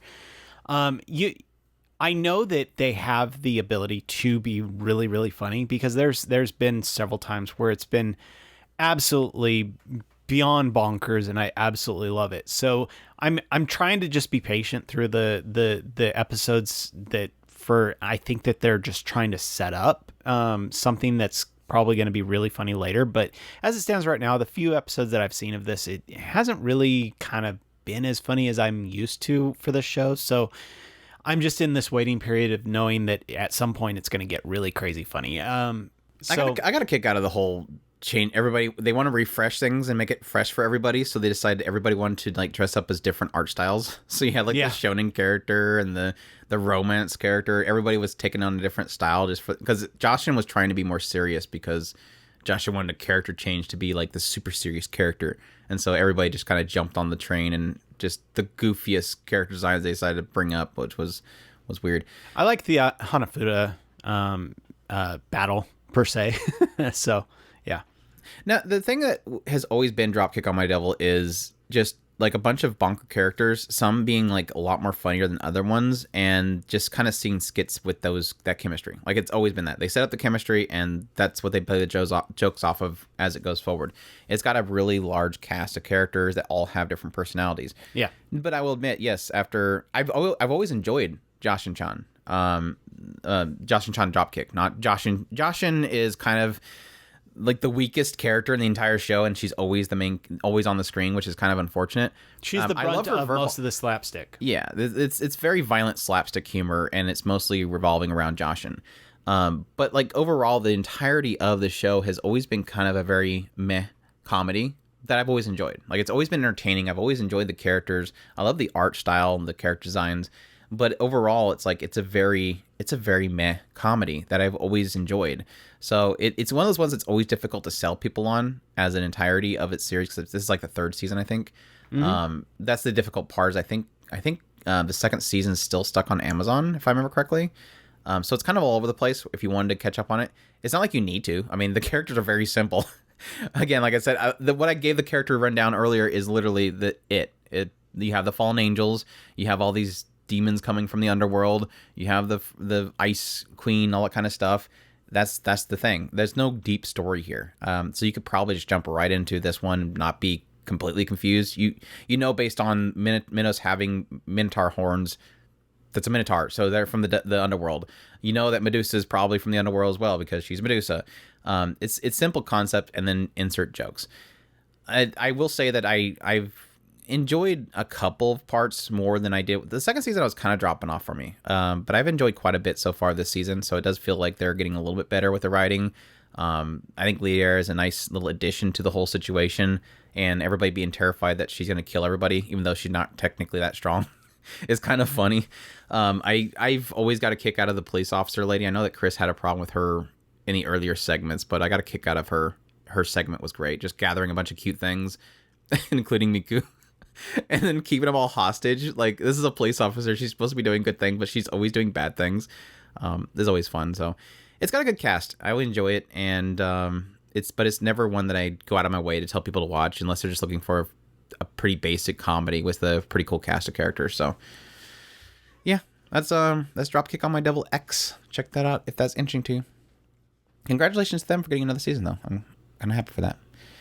Teppen is our next one. Teppen is being done by Studio Drive.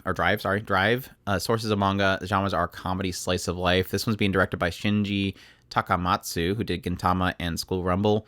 And series composition by Jun Kumagai, who did Shogen Roku Raku Shinju. So this one follows a group of comedic girls, Yayoi, Yomogi, and Yuzu. And they've pretty it's like, I don't know how much this backstory was actually true. Apparently, two of these girls had competed in a comedy routine thing a while back. They did pretty well. Jump forward in time, they meet each other again. They end up going to this kind of preliminary contest for comedians. And they end up going to this one school where they take all these preliminary winners and train them to be, I think they're supposed to be training them to be comedians, but it's like trios. But basically, they're a comedy routine, a trio comedy routine. And in the school, there's a bunch of different groups of 3 girls that all train to be comedians, train their routines, and then go out and actually do competitions. So that's kind of what the setup was so far. I think like the first episode spent the entirety of the episode introducing us to like 20 different girls, which is, I think, my biggest issue that I'm having with the show so far. 20 different girls that are all in these different groups. I guess it wouldn't be 20 because it's groups of 3s, but and then it's 21. The second episode, unfortunately, was not aired because, unfortunately, the assassination in Japan, and the plot apparently was about assassination. We got the third episode, which was pretty much okay, following them going to this one. It's a little comedy show that this guy's obsessed with cute girls, so he doesn't do anything with them that's comedic because he likes cute girls and wants to put them in a gorgeous way. That's pretty much what I've gotten so far. It's just those 2 episodes. So, have you watched it at all? Okay. Yeah, I will say this is a rough start for me, in true honesty. I think with that first episode, like I said, spending the entirety of the episode, introducing a bunch of girls, I will say that it had a pretty fun punchline in the end, because it starts off with the girls doing a routine talking about, oh yeah, something terrible happened to somebody's treasured thing. And then it goes into explaining how this person that is essentially the dorm mother, he's like super muscular and he has this really cool trophy that he really treasures. And it kind of gets into explaining how that ended up getting broken, which was kind of a funny little punchline that they managed to build around developing how these characters met and everything, even though half the time it was just a joke how they were portraying it. This is why I mentioned earlier that it's kind of, I don't know what's actually true and what's not true. But it had a fun little punchline that it had towards the end. And I was kind of wondering, okay, so in the following episodes, are they going to have that kind of creative writing with it? And I felt like that third episode didn't really do that. Like, it didn't have that good of a punchline in the end with it. It was just really around this guy that wanted to make this funny show or this cute show, and they wanted to be funny, but it's not working out. It had a couple fun little punchlines in that episode, but overall it's nothing to really, it's not really doing it too much for me. It's like, it's a show about a comedy routines, and it's not really that funny. You could probably, I think a lot of people probably cut that up as it being just lost in translation. I don't necessarily think it is, because I don't necessarily see anything that's happening in there that shows me one thing while the translation's doing something different. Typically, I can kind of get some certain mannerisms and certain dialogue lines that match pretty well with the translation, and I'm not seeing anything that's going outside of that leads me to believe that it's a translation issue. Everything's pretty basic with how it's laid out. Now, you could argue that it's because that's that style of comedy, and it's not very Western style of comedy. I can agree with that. I have the same problem with Metsetsu, I think it was called, Mangetsu, the one that the Lucky Stars writer made. That one was kind of like going for they're bad at comedy. And when they did actually pull off a good comedy bit, which the characters responded to, it made sense to me why it was funny. This one is just kind of, they're obviously good at they're good enough at their art, and it's not that funny.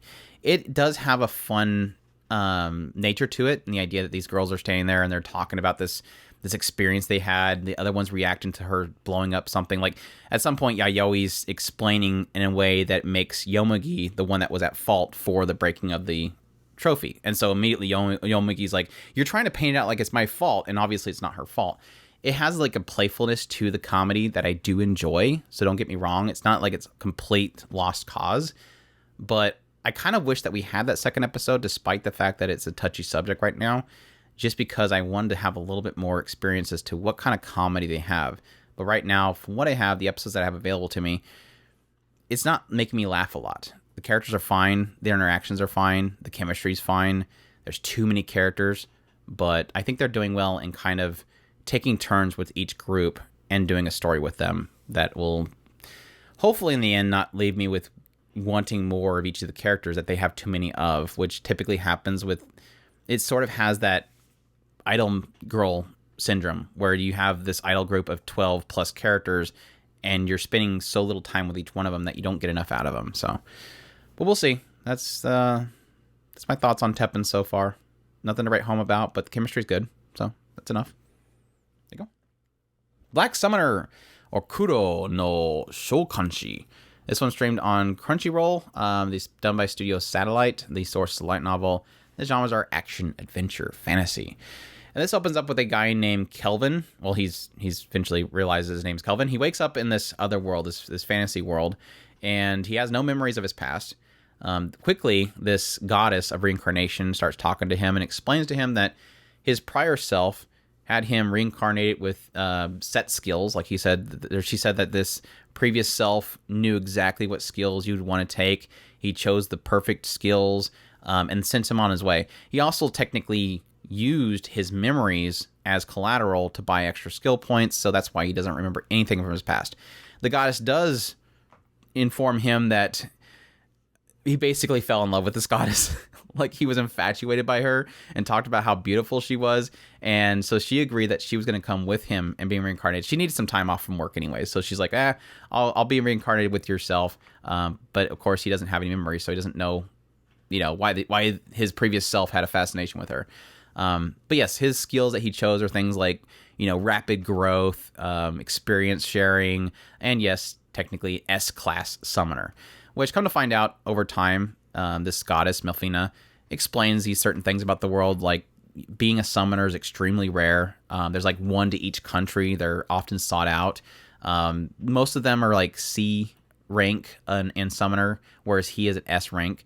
And what the S rank does is whatever he tames, he actually is able to give them like a bonus amount of points. So, typically when you tame a level 1, it's got like 1 or 2 to each stat. Well, he increases it by like 100. So they have like starting out like way high stats, which is kind of interesting.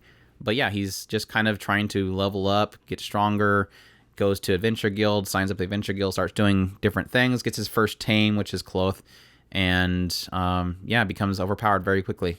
And then catch the attention of the Adventure Guild leader, who seemingly knows that he is not supposed to be of this world and that he's a tamer and wants to basically help him rise to the top. So yeah, eventually he does get his second tame, which was like this armored knight dude that everybody was afraid of.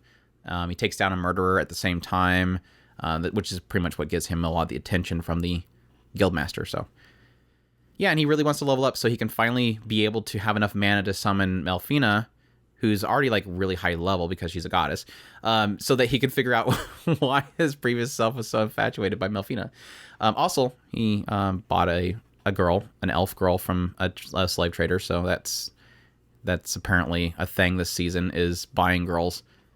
Seems to be a quirk. Every season has that one thing. Like, why is there suddenly a bunch of shows about this? So your thoughts on Black Summoner so far?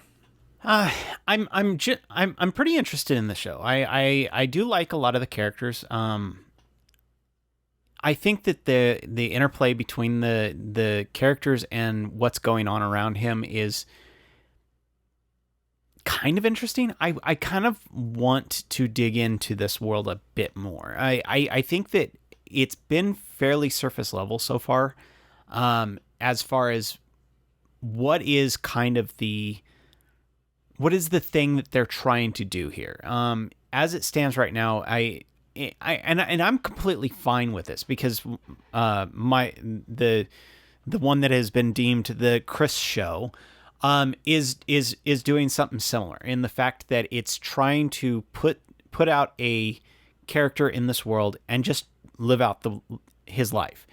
And it seems like that's what they're kind of trying to do here. And that's I guess what I'm trying to see here is, are they trying to go for more of a slice of life-ish feel, or if they're trying to build something more grander? His harem, obviously, because everybody's assuming he's building a harem. Oh, you have an elf girl now. She's part of the harem, right? Oh, now you have this person. No, that's part of the harem, right? Oh, the guild, the Adventure Guild lady at the counter. She's obviously part of your harem. The one right? who owns the inn. Oh, no. She's not a part of his harem. Oh yeah, definitely her.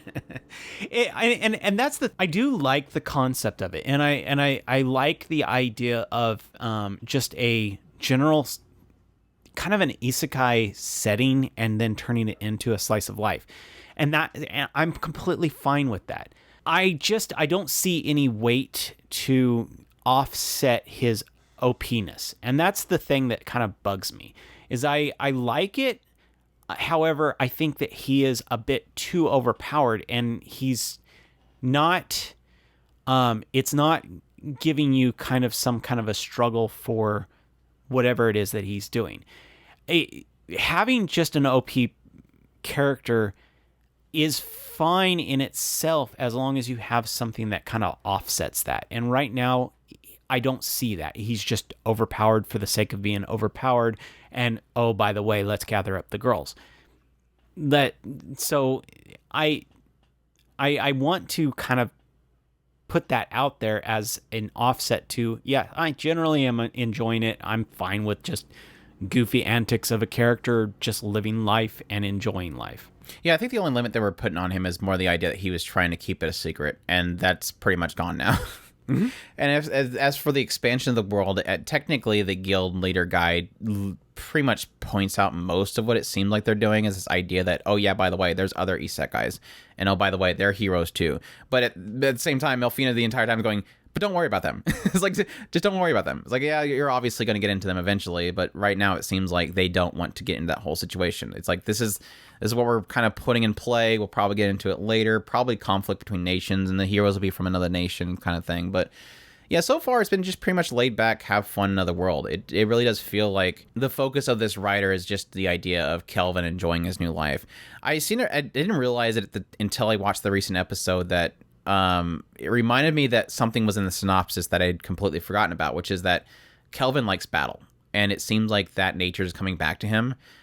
Is this idea that when he was fighting this big knight, you could see how much he was enjoying his fight. And it was the same thing when he was fighting the murderers. Like, you just see how twisted he suddenly becomes. He really enjoys fighting. And so I'm sure that'll probably be an aspect of him, that he just enjoys battle so much. I'm not sure if it's going to get to a thing where he gets so into battling that he just fights for the sake of fighting, which could turn into something interesting. I doubt it. But at the same time, so far, it's laid out a very laid back, here's your new life. You've been given all the things that you need from your previous self, and go enjoy it. And oh, by the way, here's this hanging fruit, which is, let's get strong enough to summon Nelfina so we can figure out why my previous self loved her so much. But other than that, it's been fine. I will say the CGI battle with the Dark Knight came out of nowhere, and it was very off-putting. Which sucked, because like the first episode, I was fine with the fact of how unanimated it was, but they did enough that it worked, and I was fine with it. And then we get into the fight with the knight, and suddenly it's like, boom, it looked like we're suddenly watching like a CGI fighting game, and like, wait, stop doing this, it doesn't look good, stop doing this. But that's not, it wasn't terrible at the same time. But yeah, I'm kind of on the same page. I just think it's fine. It's not doing anything incredible. I would say that I felt like the whole introduction of the elf was a little weird, because they went out of their way to explain that she's never had a master.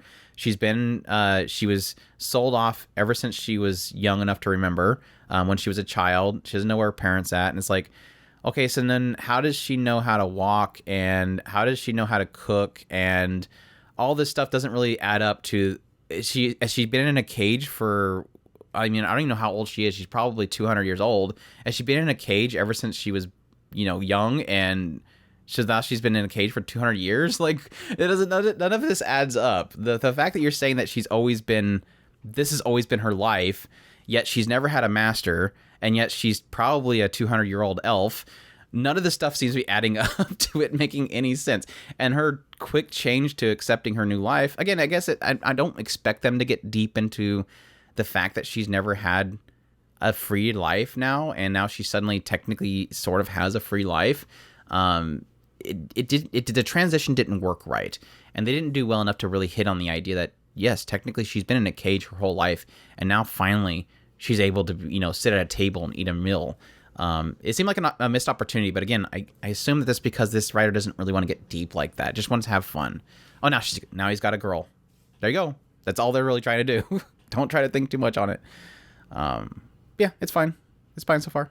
And when it comes down to it, out of the two, I like this one better, honestly. So, out of the two, this and Harem and Labyrinth in Another World? No. You like this one more than Harem and Labyrinth in Another World? No, that one, not even. The Isekai Summoner, whatever. Uncle in Another World? I like Uncle in Another World. Yeah, I wasn't including that. I was talking this one and Isekai Life or whatever. The one that's my Isekai Life. The not reincarnated as a slime. Yeah, that one's pretty bad. But we'll get into that later. We'll get into that one later. But yeah, there you go. If you want to just have a fun, don't think about things too much show about a guy that just enjoys combat and has cool little quirks to his skills, there you go. That's Black Summoner.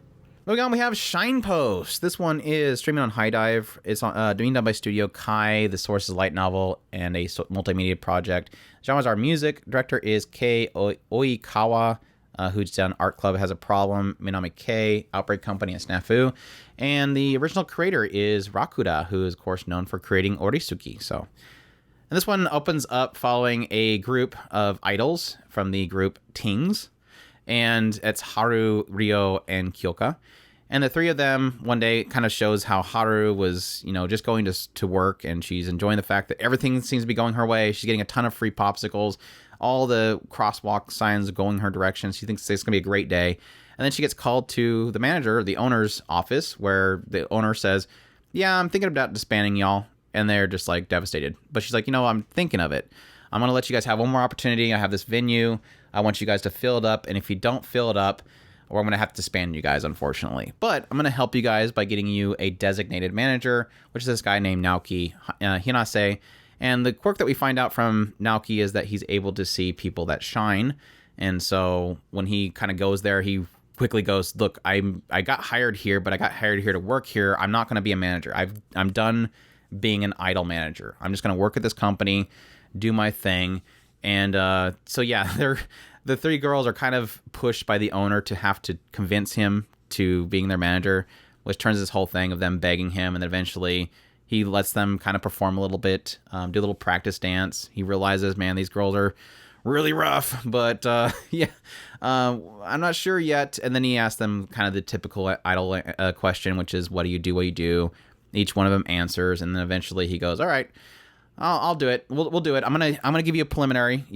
We're gonna do one venue, and we'll see if you guys can fill that out. If you can, we'll see from there. And we kind of found out shortly later from his conversation with the owners that he can see people that shine when they lie. And Haru, the center, didn't shine when she said what makes her an idol, what drives her. And so she's technically a genuine idol, and that's what caught his interest. So he kind of helps them out. They sell some tickets. He kind of uses his connections to get the place sold out. And eventually they have their first performance with him as a manager, where a bunch of people that they kind of ended up getting into this venue, which are people that are, they're knowledgeable about idols. They have a more critical eye.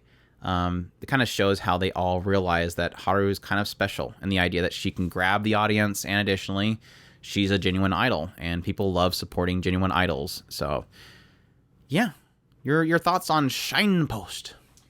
It was actually interesting. Andrew kind of popped up and asked me how I felt about this show, and I was actually surprised that we were kind of generally in at least in line on how much this one is actually quite the surprise.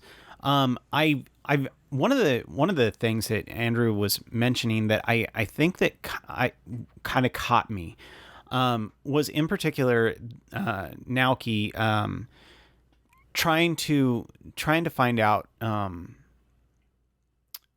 if the girls were what the girls wanted to be idols for. And interestingly enough, at one point during the starting kind of build up to this scene, at some point Naoki brings up the fact that he wanted to be the manager of idols and get them seen by the entire world. That's where the name Shine Post comes from. And they want, because in Haru's version of the same thing, meaning that both of these characters are actually their motivations are in line.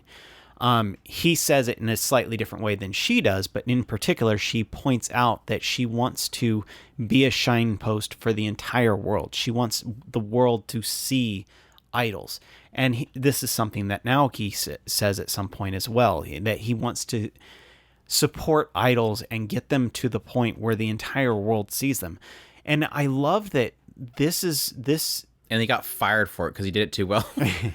That was like the only thing that I hated was like this whole backstory of him like being really good at his job, and he gets all the jobs, and then eventually it shows him like over here another employee who was kind of hanging out with him at some point being mad because not liking him because he does so well, he gets all the work, and then he eventually shows him with the owner of the company going like, I'm sorry, but I have to leave, and he's like, yeah, this is kind of causing problems. I'm like, no, the manager would be like, fire that lady because you're doing a good job. Like what owner, what boss is this? It's like the worst boss ever to fire the guy that's doing a good job. But anyways, but yeah, that alignment of those two characters kind of added this interesting perspective of characters who their motivations, as long as motivations are aligned, can become basically power teams. And I like that this is kind of being portrayed. And the tidbit about the shining, as to the shining, talking scissors, shining. these characters, and whether or not they're lying or not is an interesting tidbit that I misunderstood it completely, but I still came in the same direction as Andrew was pointing out when we were talking about this. I love the fact that towards the end of the last episode, we were watching these characters as they were building up, and they got on the stage, and they were filled up, and the characters were talking behind the crowd. And I walked away from that episode very interested in this aspect of Haru is effectively kind of downplaying herself to bring up the other two girls. Not saying that the other two girls were bad, just that she was compensating for them to make the team as itself look good. And the shift of perspective that Naoki was giving Haru is stop looking at your partners and look at the crowd. And that would be an interesting tidbit of, instead of overcompensating for the other two, make the other two overcompensate to bring themselves to your level. And I think that'll be an interesting aspect as well. All in all, that my point being is that there's a lot going on in this show that I was impressed that this stuff was actually coming out of this show. For something that would be effectively Idolmaster kind of knockoff, this actually is working really well, and I'm really enjoying the attention to detail of these characters that is coming out of it. Well, I think I kind of equate it to something like Idol Pride, where it seems like the manager's a lot more involved with the storytelling than typically with these idol shows. Typically, it's the girls. The girls do this. They have their backstory moment. We get to hear their backstory and then have great performance at the end. This one seems like it's a lot more involved with the manager. It's doing a nice... I would argue that it's more balanced to the manager so far, and I'm sure going forward we're going to get more of the other ones, because we've already seen a little bit into Rio as a character, and the idea that she seems like she's outside of the group. It seems like she doesn't have as many fans as the other two do. When they had a bunch of fans suddenly showed up, one came to Rio, and it seems like really quickly she didn't have anybody else to really talk to, and then she got mad and left. Then she comes back, but we didn't really see resolve there. And I think that we're going to eventually get into that. We're going to see what is Rio's insecurity. Obviously, again, I think that she just doesn't have as many fans as the other two have. The idea of how unsuccessful they are is a thing, and I do like that they're willing to show that these girls are disappointed that they only have like 5 people there. They're diehard fans that are there, but they're still disappointed because they want to shine more.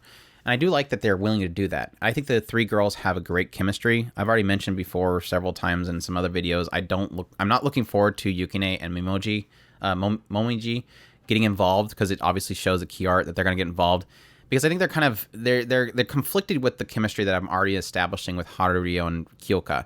They have a great chemistry. They have a fun little nature to themselves.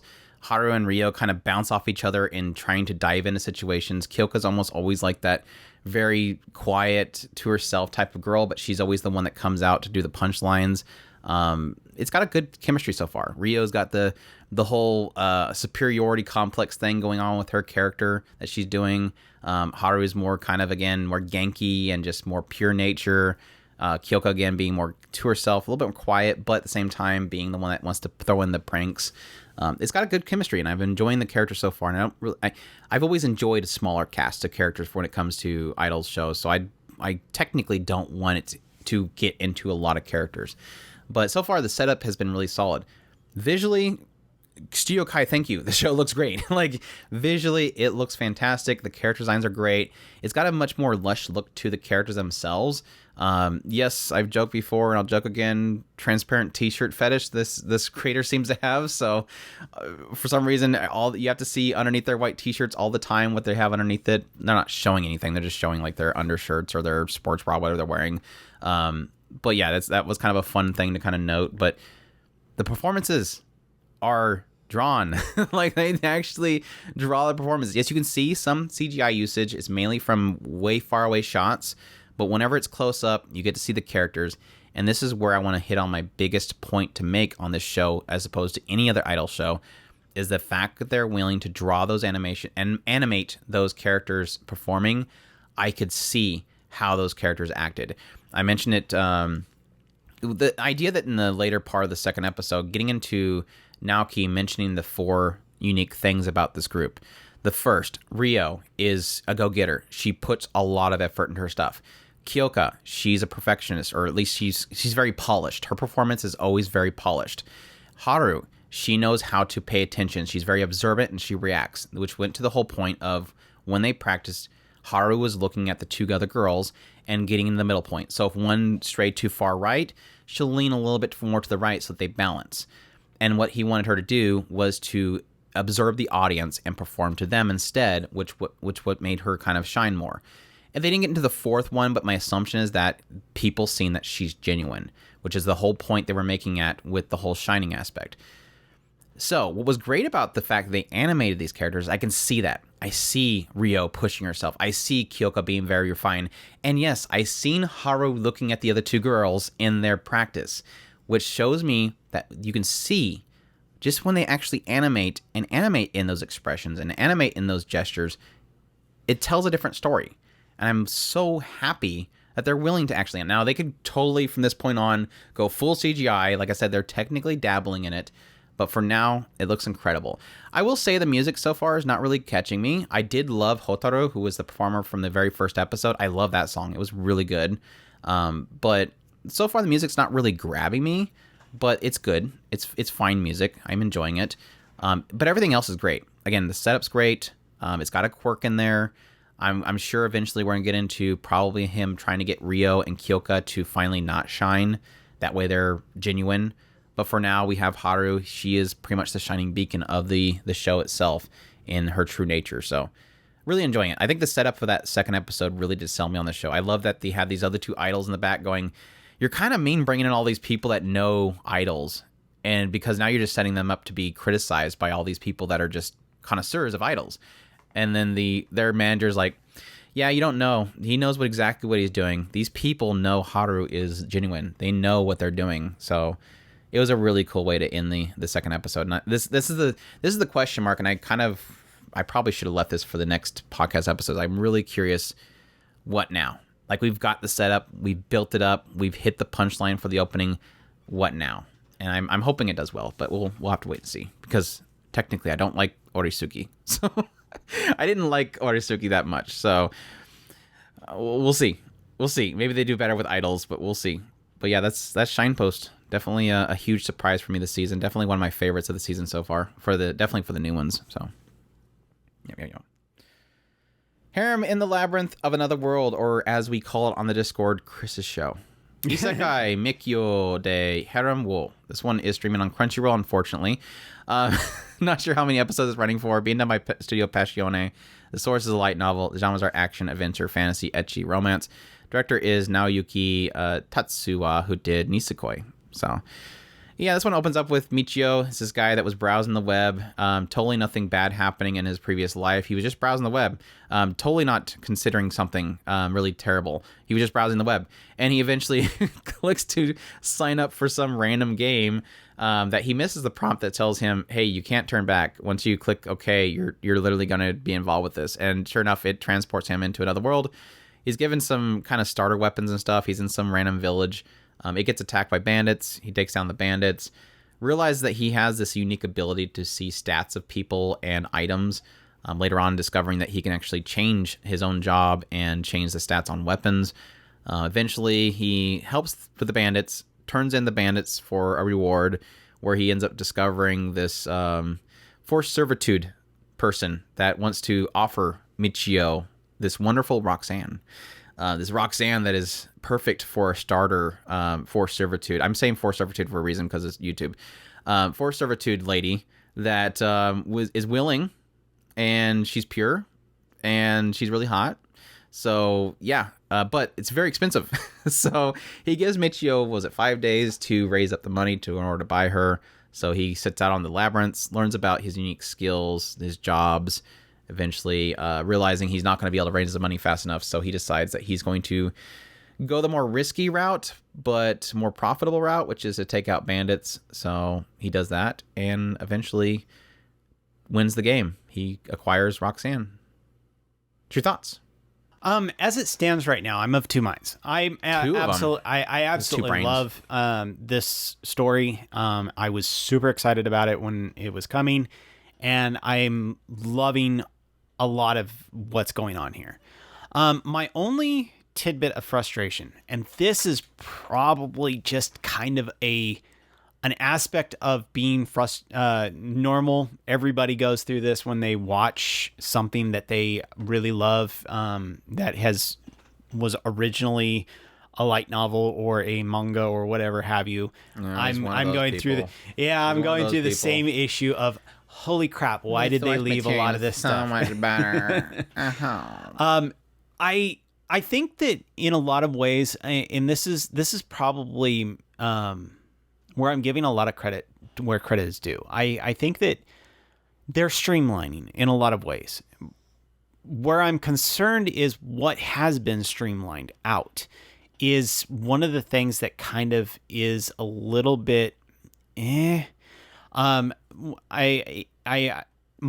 had mentioned in one of his videos that I had pointed out, I don't like the fact that they kind of just left the character reset aspect off to the side, because this is one of the things that's kind of really kind of core to Michio's, for a lack of a better term. I'm going to get in trouble today.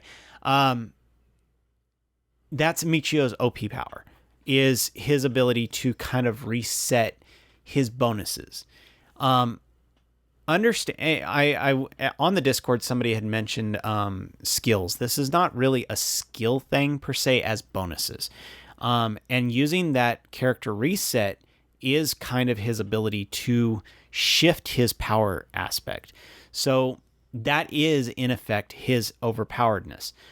And so I really do like what they're doing, because I absolutely enjoy seeing a lot of these characters that have been in my head for a long time actually moving, getting stuff going, and actually finally seeing the anime version of this.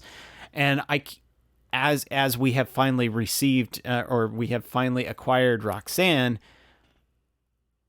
now we're going into the next part, and the what you really truly see this story and for what it is after Sherry, which is the next spoiler party member. The interesting aspect is that's when you will really see where the story kind of works.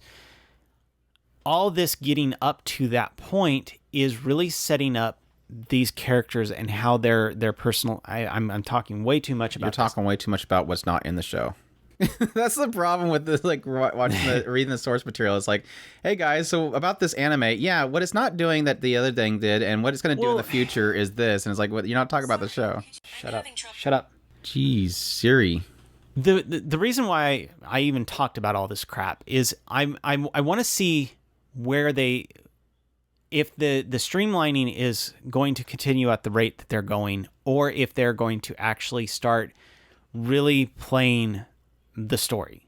And that's what I'm very curious of, is if they're going to keep continuing to cut, because that's going to tell me really ultimately how much is going to get cut comparative to if they've gotten all the I'm done cutting stuff that doesn't need to be cut. Now we're going to get into the real story is really what I'm curious of. So yeah, this anime, not the light novel. I'm enjoying it so far. I'm actually surprisingly enjoying it. I will say there's certain aspects of it that I think I'm overthinking as I'm watching each episode, but even still, I've been enjoying it because it's kind of one of those ones that does technically hit on some heavy subjects while at the same time not apologizing for it, while at the same time giving you the vantage point of the lesser of evils. As I kind of mentioned before, it's one of those ones that you can't really defend it, but at the same time, you can see that it's not as bad as it could be.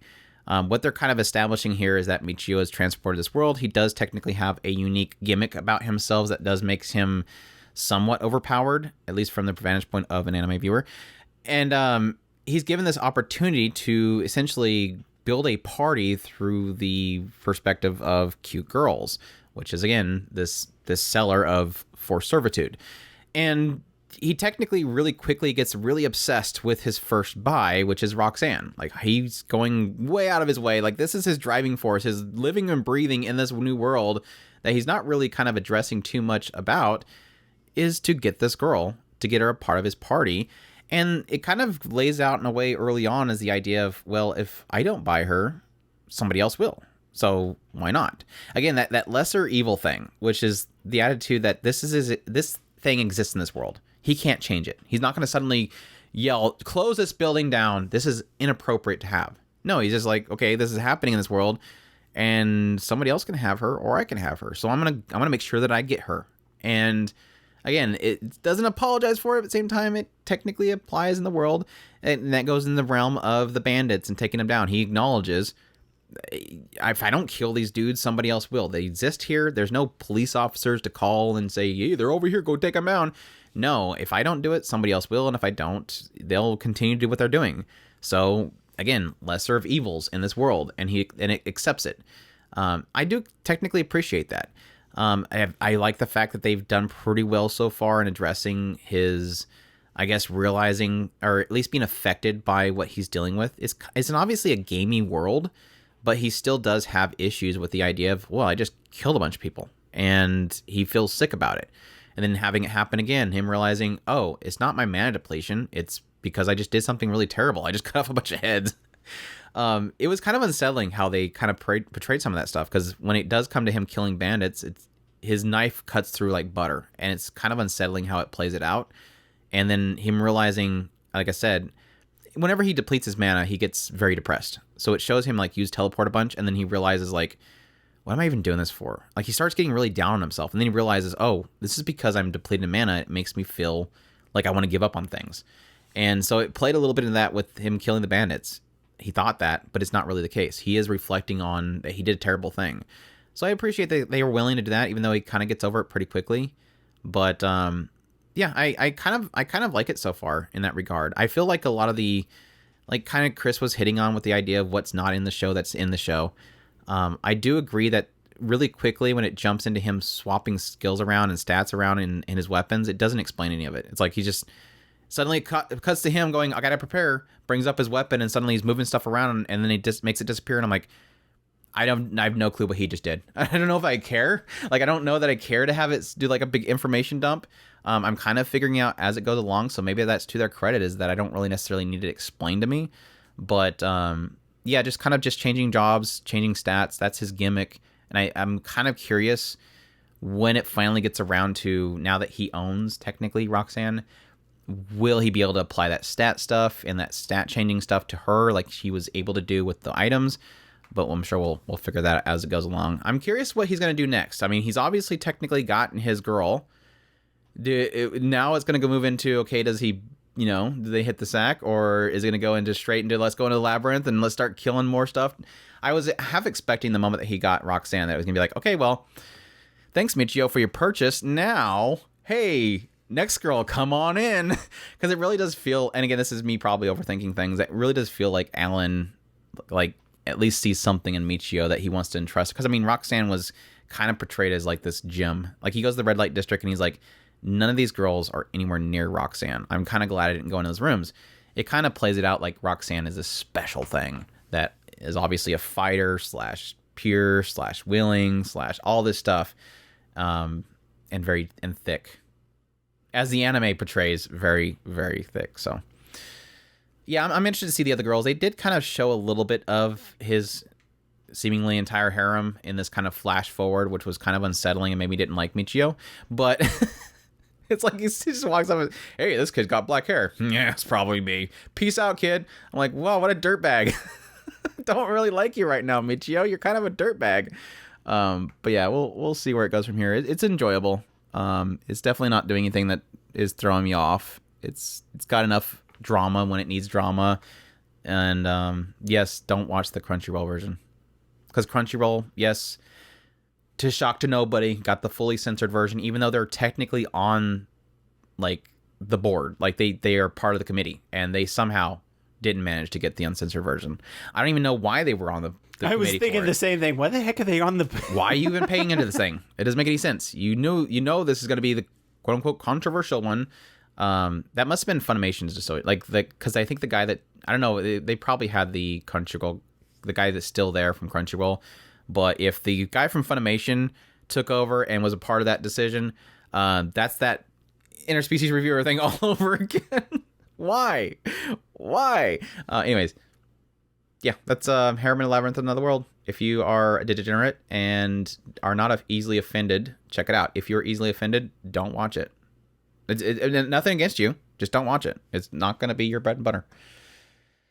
Yeah.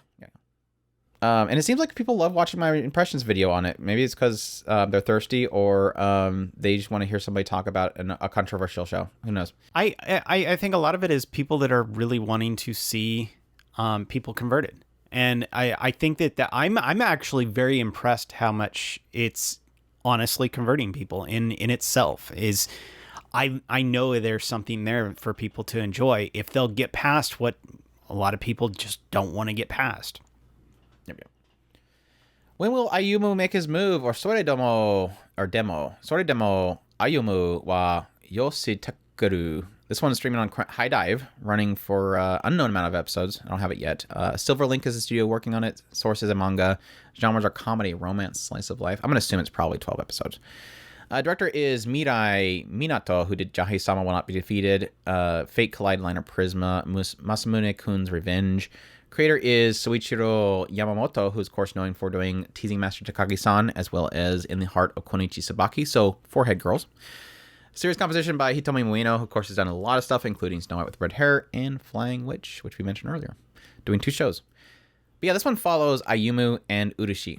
And Ayumu has recently quit his kendo. He's always done kendo his entire life. He's quit his club to join the Shogi Club, which is not technically a club so far. They still need more members, but there is a room that is licensed as the club that he goes to, and he wants to go there because he wants to hang out with Urushi, which is his senpai. Who is the leader of the not yet solidified Shogi Club. And he's very straightforward, very forward with her, says that she's really cute, really likes being around her, loves seeing her smile, all this stuff. Like, he says everything in the book about how much he likes Urushi, but he has not yet confessed that he loves her. And Urushi realizes this and is wondering why he doesn't admit it. She even says, like, you kind of have a thing for me, don't you? And he never admits it. Because Ayumu has made like a restriction upon himself that he will not confess to her until he beats her in shogi, which sucks because Urushi is really good at shogi. So it's kind of just the shenanigans between the two of them. Urushi trying to get Ayumu to confess, Ayumu being very forward, throwing her off quite a bit because of how forward he is, how very straight-faced he is. And over time, we get to meet some other characters, including Sakurako and Takeru, who Takeru used to do kendo with Ayumu. He's quit kendo also to hang out at the library with Sakurako. Their whole thing is that he's very easily susceptible to hypnosis, and so she does that a lot to force him to do stuff. I'm just waiting for her to hit. I was expecting this recent episode for her to hypnotize and say who she likes, but they're cute. Maki, who is a friend of Urushi, who just knows something's going on between the two of them, and so she's constantly just kind of pushing Urushi and Ayumu at each other, so... Yeah, that's pretty much the whole deal. What are your thoughts on it? I believe I'm an episode behind, but I absolutely love this show. You missed the Dato episode where Sakurako probably. and Takeru were hiding in the grave? Yes, I did not see any of that. That was cute. But yeah, I've absolutely loved what I have seen of it so far. It's one of those it's very different flavor than Teasing Master Takagi-san.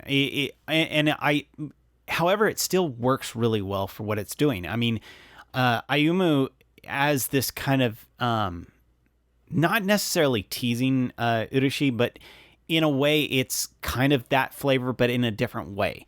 And so it works really well because in a lot of ways, Urushi is the one that's actually on the receiving end of his forwardness. Yeah. I like when he actually gets hit by it. He always just kind of does this thing where he puts his hand on his face and tilts his head back, and she's always like, "Are you okay?" And he's like, That was just really cute. I was like, yeah, that's me. Like when she first held up the paw and it said Ayumu, and she's like, I really love Ayumu too. And then it's like, oh crap. And then he just does that whole thing like, oh, that was so cute. It really works for their chemistry. I really like the cast that they've got going on. Like Andrew had mentioned, the hypnotizing Takeru to go and do something for her, and it's like I can't wait to see what they do with these characters. But yeah, it's been a absolutely fantastic time. I've enjoyed a lot of it. Go watch it for sure. Yeah. I think this is definitely in the same vein as something like TZ Master Takagi-san, which I kind of mentioned. It's the idea that take TZ Master Takagi-san, grow them up a little bit to where you do have, unlike with TZ Master Takagi-san, where, you know, the boy is kind of, he's very immature. He doesn't understand what love is, and thus he thinks that he's just being teased. This one, Ayumu, understands what's in front of him. He's going after it. He just can't confess quite yet. And so you do have that aspect that even though Urushi is trying to tease Ayumu, he always fires it back at her, which technically happened a little bit in TZ Master Takagi-san. Every now and then, Nishikata would fire back with something, but it was always like he never realized that he was firing back, and that would throw off Takagi. So this is very different in the idea that it's a lot more mature. The relationship's kind of established right off the bat. Like, these two know we like each other. It's just, again, the confession's not quite there yet. They're going on dates. They're doing all these things together. They're already going on a relationship. It's just, you know, it's that push back and forth that's happening. And yes, technically, a majority of this show is just Urushi's face. Like, her reacting every 2 seconds to everything is kind of the show. Now, I will admit in that regard, that's kind of the shtick. It's just a cute show. Let's see Urushi's faces. That's really the most of it. It's just kind of seeing a cute, established relationship, have fun little moments together, discovering things together. Again, technically with this recent episode, it's all about the both of them discovering what it's like to do a date. Like, they don't know. Even though one wants to act like they don't know. I will say that with this one, they are doing a lot better with the side characters. Technically with TZ Master Takagi-san, they had a side couple, and I loved watching them as well. This one's kind of keeping very focused, the side characters so far, with Sakurako and Takeru and Maki. So I'll definitely be interested to see what they do with the characters going forward. But so far, it's been very cute, very laid back, I won't say simple. It's complicated enough as how they're laying out each scenario, with something being laid out, Ayumu throwing Urushi off, or Urushi doing something that she doesn't realize she's doing just to throw off Ayumu. It's really the case too. I always love whenever Ayumu kind of suggests something and Urushi like reluctantly accepts it. Then he does that whole thing where she's blushing, looking off the direction, and he's over there like doing the whole yes thing. I think Ayumu is cool. So yeah, definitely looking forward to more. It's a lot of fun. Really enjoy it. Yeah, when will Ayumu make his move? Moving on, we have a Smile of the Arsnotoria, the animation, or Wararu Arsnotoria Sun. This one's being done by Leadin Films, streaming on Crunchyroll, running for 12 episodes. The source is a mobile game. Character designs by Shinichiro Utsuka, who did, obviously, Conception, ReZero, Grand Belm. Very unique style to them. And director is Naoyuki Tatsuwa, who did Nisekoi. So, I don't even know where to start. There's this place that's kind of referred to as the garden, where these girls are there. They're all mages, known as flowers, who are training in magic and being pretty girls and refined girls. Sorry. They just hang out, drink tea. They check wards on a regular basis, look for bugs, because if bugs show up, they could bring catastrophe as well. We're assuming the catastrophe is these brief little clips of this other world that's more like a straight medieval world, where these pretty boys show up and kill people. Yeah, I don't know. I think that's what's going on. Cute girls doing cute things, and every now and then brief shots of pretty boys massacring people, because that's obviously a good contrast. Your thoughts? Andrew's list of characters, Arsnotoria, Aberlim, and then goes through all of the girls, and then at the end, bunch of mean pretty boys. Pretty much. I didn't want to put them all up there because they're just all doing the same thing. They have different voices, though. I think one was Kindra Suda, wasn't it?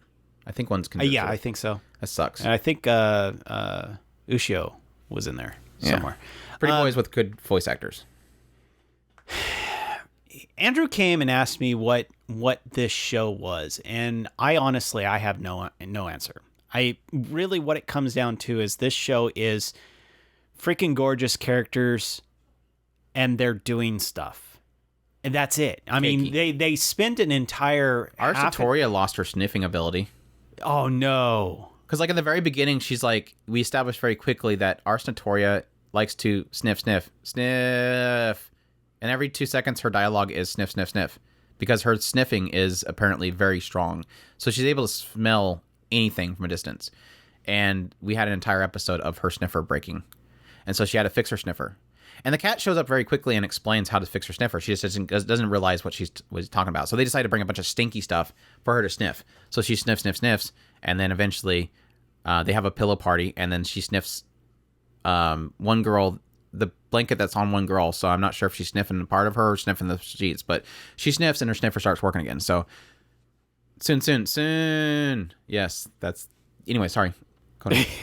Did you miss that episode? No, I haven't seen that. That was some massive character development. Not really, but yeah.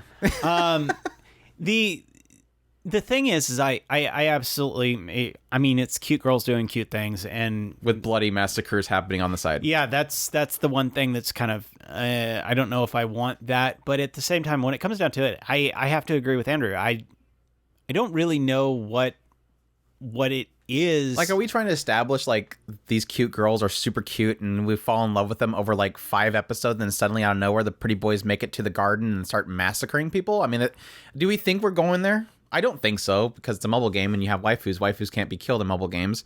So I don't think they're going to get killed, but obviously they're killing a lot of people in the other world. Ugly people, obviously, because old people, old ladies. No cute girls are massacred in the other world. Yeah. All the cute girls are in the garden. Yeah, obviously. The flowers have to be in the garden. But anyway, as it stands right now, it's got cute girls, and I enjoy watching them do cute things. Theory. Obviously, everything's like very symbolic here. What do you think about the whole blurry figure that obviously looks like it's changing into a male and a female? Do you think it's where some males do come to the garden, but they have to be disguised as females? Because we did see, like, most of the time they just showed like these blurry looking wobbly figures that would walk by, and they would bow to them, but they would never respond to them. But then we had one, and it was always like a female figure. But then we had one moment where she's in there, where Arsnotoria is talking to Solo, the leader, and she's talking about how, like, bugs must be squished. I love that scene. Bugs must be squished. But then this figure walked in, like, just randomly walks in, like, just not even invited in, just walks in and stops. And Arsnotoria, like, excuses herself. For a very brief shot, it flickered from a female-looking form that was shorter with longer hair to a taller form with shorter hair, which looked obviously like a male. So I'm wondering if males can come there. They just have to be disguised as females because they don't want the girls to be around males, but there are some males that are good.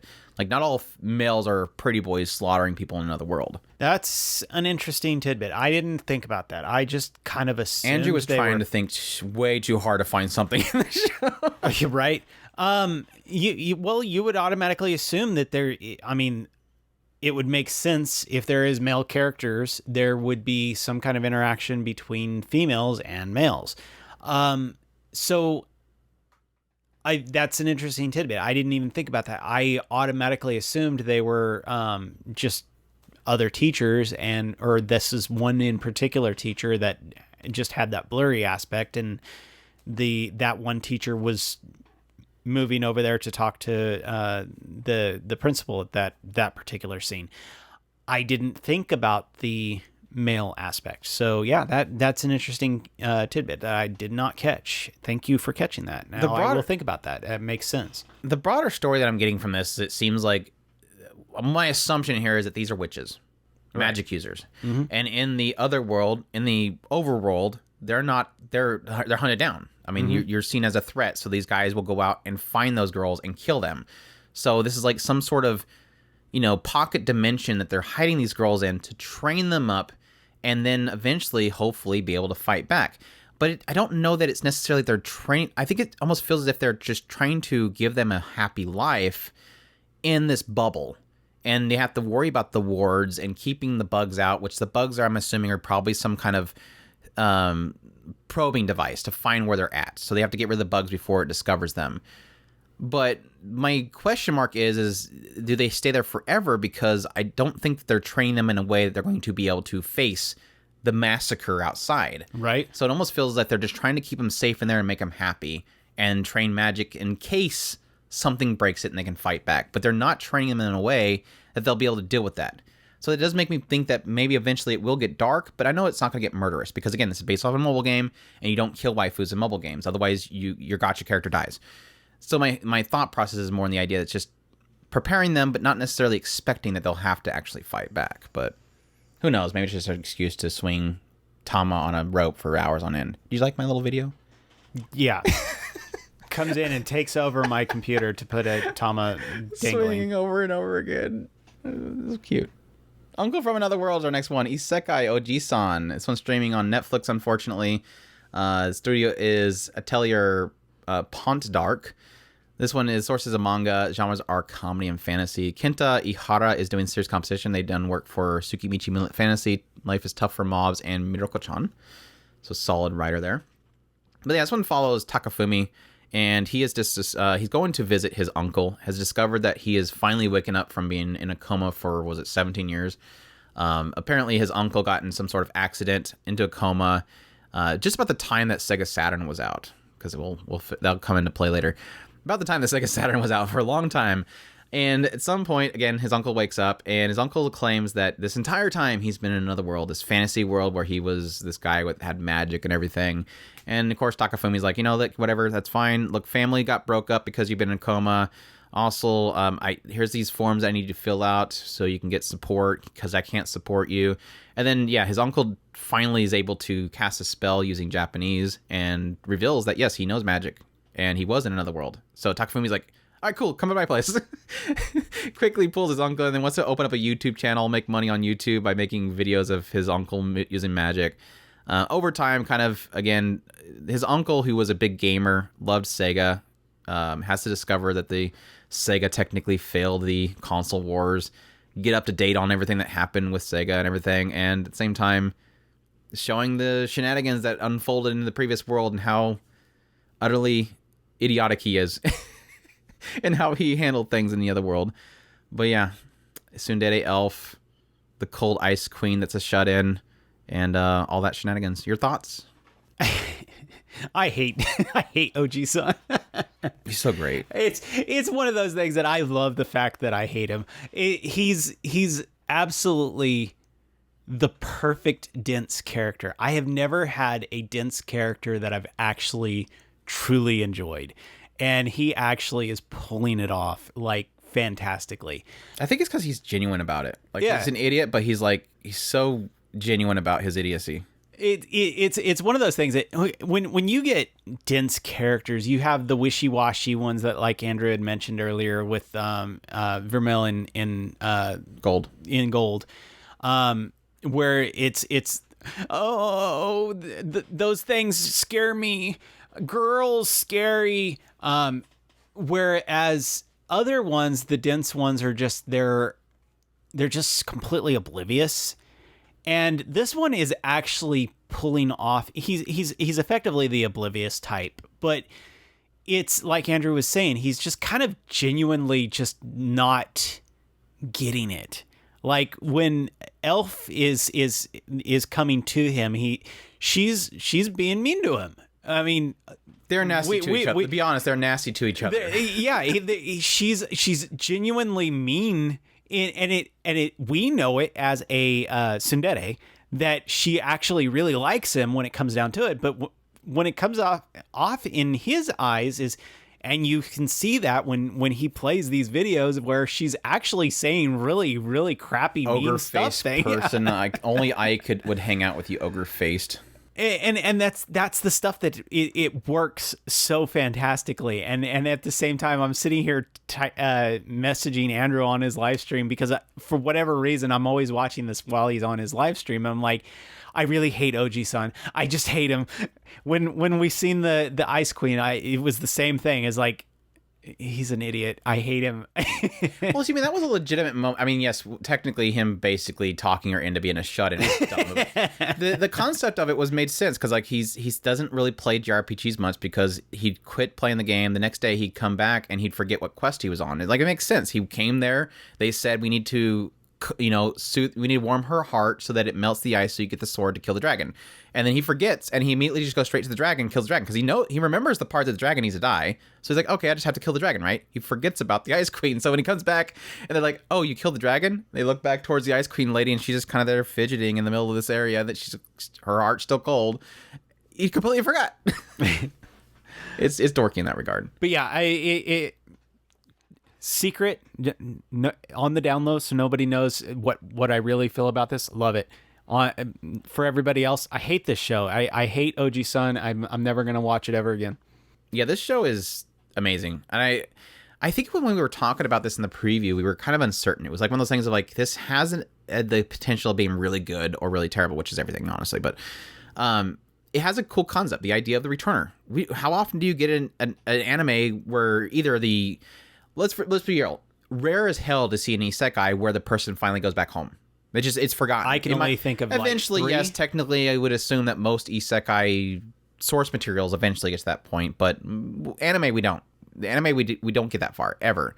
No, there's about 2 or 3 of them. Okay. With this one, it's like it's the returner is the concept, and thus it's kind of reverse fish out of water. He's obviously has a little bit to get caught up on. He still wants his own flip phone. Insert that joke. Getting to know about current technologies. It doesn't play too much in that stuff. It doesn't sit there and have to have Oji-san have to figure out everything new technology. He's kind of stuck in that old day. So he does want a Sega Saturn. He does buy an old magazine that talks about Sega Saturn and where it went. He does have to be explained that they lost the console war, which he quickly erases because he doesn't want to remember. He learns from Takafumi that they lost the console war, but he just quickly erases it from his memory so that he doesn't have that sorrow anymore. There is that aspect in there. It's got a bit of nostalgia for gamers. If you ever had old systems, I would say probably a good, I don't know, probably 30% of the show, maybe 25% of the show is console war humor, which is nostalgia for me. I love it a lot. I loved Guardian Heroes. It was my favorite Sega Saturn game by far. So the moment that he goes outside and goes basically Super Saiyan from a lightning strike, screaming in the thunderstorm about it being placed 194 or something like that in this catalog, I'm like, this guy knows me. Guardian Hero was amazing. That stuff is great. The other part of it is, again, technically the interactions between Takafumi's reaction to Oji-san's stories of his previous life. He's able to bring it all up on his like magical monitor so that everybody can watch what happened in his previous world. A lot of those reactions of Takafumi, and then a portion of it is kind of these other things like the YouTube channel, what's working for them and what's not working for them. The introduction of Fujimiya, who's obviously in love with Takafumi, but that relationship doesn't seem like it's happening based on the memories of their childhood experiences. Totally not making me dislike Takafumi. It's just, what does Takafumi do there? She beat the crap out of him. What did Takafumi do? He did nothing in that flashback. He just got beat the crap out of. But anyways, yeah, it's a lot of fun. I really do enjoy it. I will say the last episode, as much as I really love the punchline in the end, I was really mad because it's a bad tease. That last episode, that was a bad tease. I think everybody was super mad about that tease, but... With what? I don't remember anything. You had to erased it from your mind. He's got... Chris I have his ability. Yeah, he basically just enchanted that spell, and it worked, actually. It's like, okay, I don't remember what... I'll be looking forward to the priest. I think they kind of hinted at the priest, but I'll be interested to see what the priest does. That's how I forgot about Bondred. So there you go. Forgot about Bondred. Who's Bondred? I don't know. You obviously know who Bondred is. But no, it's a lot of fun. I would say that like the first episode was okay. Honestly, it was okay. And then like it's been getting better and better ever since then. So this is like one of those rare cases where a lot of comedies, honestly, you get that first episode, it's got that great punchline that they probably thought about for like 10 years. And then beyond that, it's like they're just trying to keep keep selling the manga.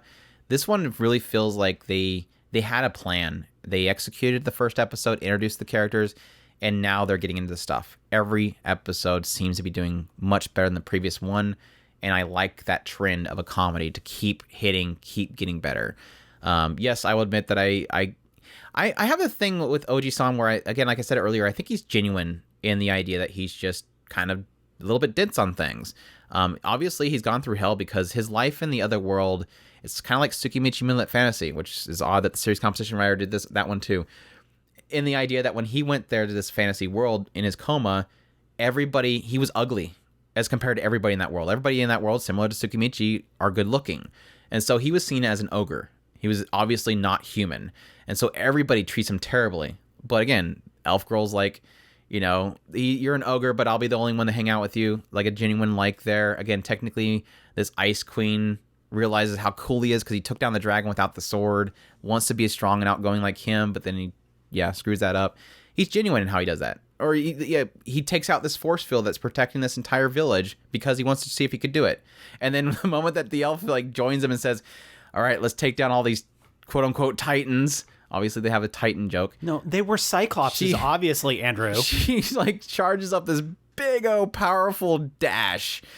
All these cool magical circles, gets her huge sword ready, charges out there, and then bam, right into this wall. It was just again, they're so terrible to each other, so it makes it just all that much more funny. These two are perfect. Funny, that poor baby girl. That was hilarious because they're so perfect for each other because they're so nasty to each other. So it's like this relationship built around just being kind of that to each other, And again, it's never directed. Well, he did technically propose to her. It's never that he directly does terrible things to her. It's just that it's always a circumstance of the situation, I guess is the way to put it. And then sold her engagement ring. I mean, because you would be mad at her too. Back. He wanted to pay her back. The whole point of him giving the ring to her was that it was a collateral. It was her engagement ring. Never said that he wasn't getting engaged with her. That is obviously why you would give a girl a ring and put it on her ring finger. Okay, Takafumi. Takafumi's right here. Anyways, it's a lot of fun. I'm really enjoying it. This is actually turning out to be one of my favorites of the season right now, and I wasn't a huge fan of the style early on, and it's not hyperly animated, but they're doing well with it. Honestly. I like the artwork. I love the expressions and stuff. When he was trying to figure out if Oji-san wanted this Saturn, he's like, don't you got? And then suddenly that stupid grin pops on his face, and I'm like, yeah, he loves it. The grins are great. I'm just the style itself overall, I wasn't a huge fan of, but I think it's grown on me. Definitely. I love the style of the elf and stuff. They're just gorgeous. Yeah, and in a way, that's what I'm kind of talking about. I like the character artwork. I think it's absolutely fantastic. I don't think it's hyper animated at all. That I'm not arguing in any way. I just think the character artwork in general is very good. Yeah, I like the artwork. I think it's just more the settings, visuals, likewise. Because sometimes it's just a plain room. A lot of the perspective shots aren't that great. But the designs themselves are fine. I do enjoy them. Before I forget, because I keep forgetting even in my videos, love that attention to detail. Did you ever notice the sound effects for him using the what he's turned into a touchscreen magical screen? I love that he's able to change perspectives, pinch and zoom his memories, and then he's got these drop downs for changing languages and stuff. But yeah, the sound effects for the actual screen itself. It seemed Sega Saturn system music. I didn't hear that, but I you hear that whoa, whoa, it has the Sega Saturn console sound effects because it's basically designed by him by Magic, so it's really funny. Yeah, the VTuber moment. I like when the comments was oh, she's so cute, and then one of them's you don't need the console there. I'm somebody knows where the console's sitting at. I noticed it too. Well, I thought that it seemed like it was on purpose, yes, but yeah, very much on purpose. The comment was okay. Yeah, you're acknowledging the joke. Gotcha. Yep, you got it. Anyways, a lot of fun. Really enjoying it. Uncle from Another World. Engage Kiss. This one is streaming on Crunchyroll for 13 episodes. This studio is A1 Pictures. The source is original. The genres are action, comedy, romance, supernatural. The writer is Fumiyaki Maruto, who did Sakano How to Raise a Born Girlfriend, White Album, and Classroom Crisis. And the character designer is Sunako, who did Day Day Live, Ange Verge, and Hyperdimension Neptunia. This one opens up this man-made island that they have erected Apparently, they have discovered a energy source underneath this island, and this energy source is really, really powerful, very precious. But at the same time, in discovering this, they'd also discovered the existence of demons. And so, while the government itself is trying to keep that a secret, they don't want the public to know that there's an existence of actual demons. They've kind of created multiple organizations to handle it. They have this organization that their whole purpose is to find capable mercenaries to go out and tackle these issues. These often they'll have like bidding wars to these different companies, different organizations that know how to fight against these demons, and they'll bid on who's going to take care of the situation, while at the same time this other part of this organization will cover up what happened. We have several shows this season about stuff happening and then an organization that covers it up. But anyways, we follow one guy who has his own company, which his name is Shu, and he actually has this girl with him, Kisara, who's madly in love with him, that is a demon. And you kind of find out through this kind of backstory, mentions that Shu one day showed up into the city with Kisara at his side. He wanted to become one of these organizations to bid on taking down these demons. They tried to take him down because he had a demon with him, but because they were so powerful, because Kisara is literally an A-rank demon, they decided to, okay, well, we'll let you join the organization and do your thing. But yeah, so it's kind of just him, bidding on these different demons that show up. Somebody will get possessed by a demon. They'll have a bid war. Whoever gets chosen goes down there, takes down the demon, and that's kind of how it's been playing out so far. Getting a little more into Shu and his backstory, I would say that the biggest hook so far was in episode 3, where we finally got into why Shu's kind of a jerk. Because we do have this other girl, Ayano, who is obviously madly in love with Shu, is constantly helping him with financial issues. They used to work together at some point, but we also discovered that, yeah, Shu and Ayano used to actually live together. They were actually in love, and for some reason, Shu's now kind of a jerk to her. Well, we kind of find out every time that he fights with Kisara. Each demon, when they make a pact with somebody, they have to give something up. Sometimes it's somebody giving up their life. They give their talents, give up their limbs. He's technically giving up his memories to Kisara in order to power her. And so he's forgetting about everything that he experienced with Ayano, this girl that's in love with him. So that was kind of the hook at the end of there. And we got a little bit into episode 4 as well, this idea that Kisara has all these memories within her about Shu's love for Ayano that, Ayano never knew that he lost. So your thoughts on Engage Kiss? I'm generally in the camp of I'm fine with this show. I think it's doing okay. I like a lot of the world building that they're doing here. Not so much big on the characters. I think that they're fine. I kind of wish that it could get... You don't like Kisara? What the heck? She's perfect yandere demon girl. Well, I technically like both of the girls, but that's just Ayano and Kisara. Yeah, that's a given. Me liking girls has nothing to do with whether or not. Do you kind of find out? I like lots of the girl characters. Did you not watch episode 4? Episode 4, Shu is a girl. You didn't catch that part? No, I didn't. This is one of those things. I'm at this point on this show where it's like I want to just get to the meat. Give me something to work with. Something that will make me really just go, okay, this is the reason this show needs to exist. I'm not saying that this show doesn't need to exist. I mean, I want something that I can go, okay, drag me along for the rest of the show. And I haven't gotten to that point. Outside of, yeah, it's interesting to see Shu and Kisara and how that's affecting Ayano.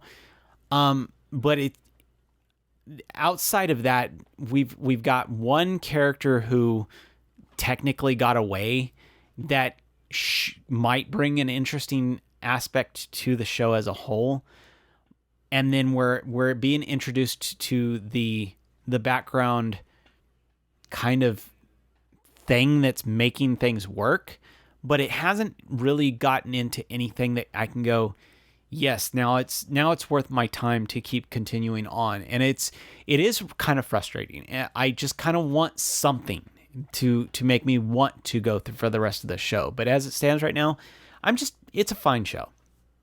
Yeah, I will say like this is the other A1 Pictures original that happens every Saturday. When the first episode of Engage, Kiss, and Lycoris Recoil came out on Saturday, that first week, it was like, holy crap, dude, double whammy. A1 Pictures is going all out this season.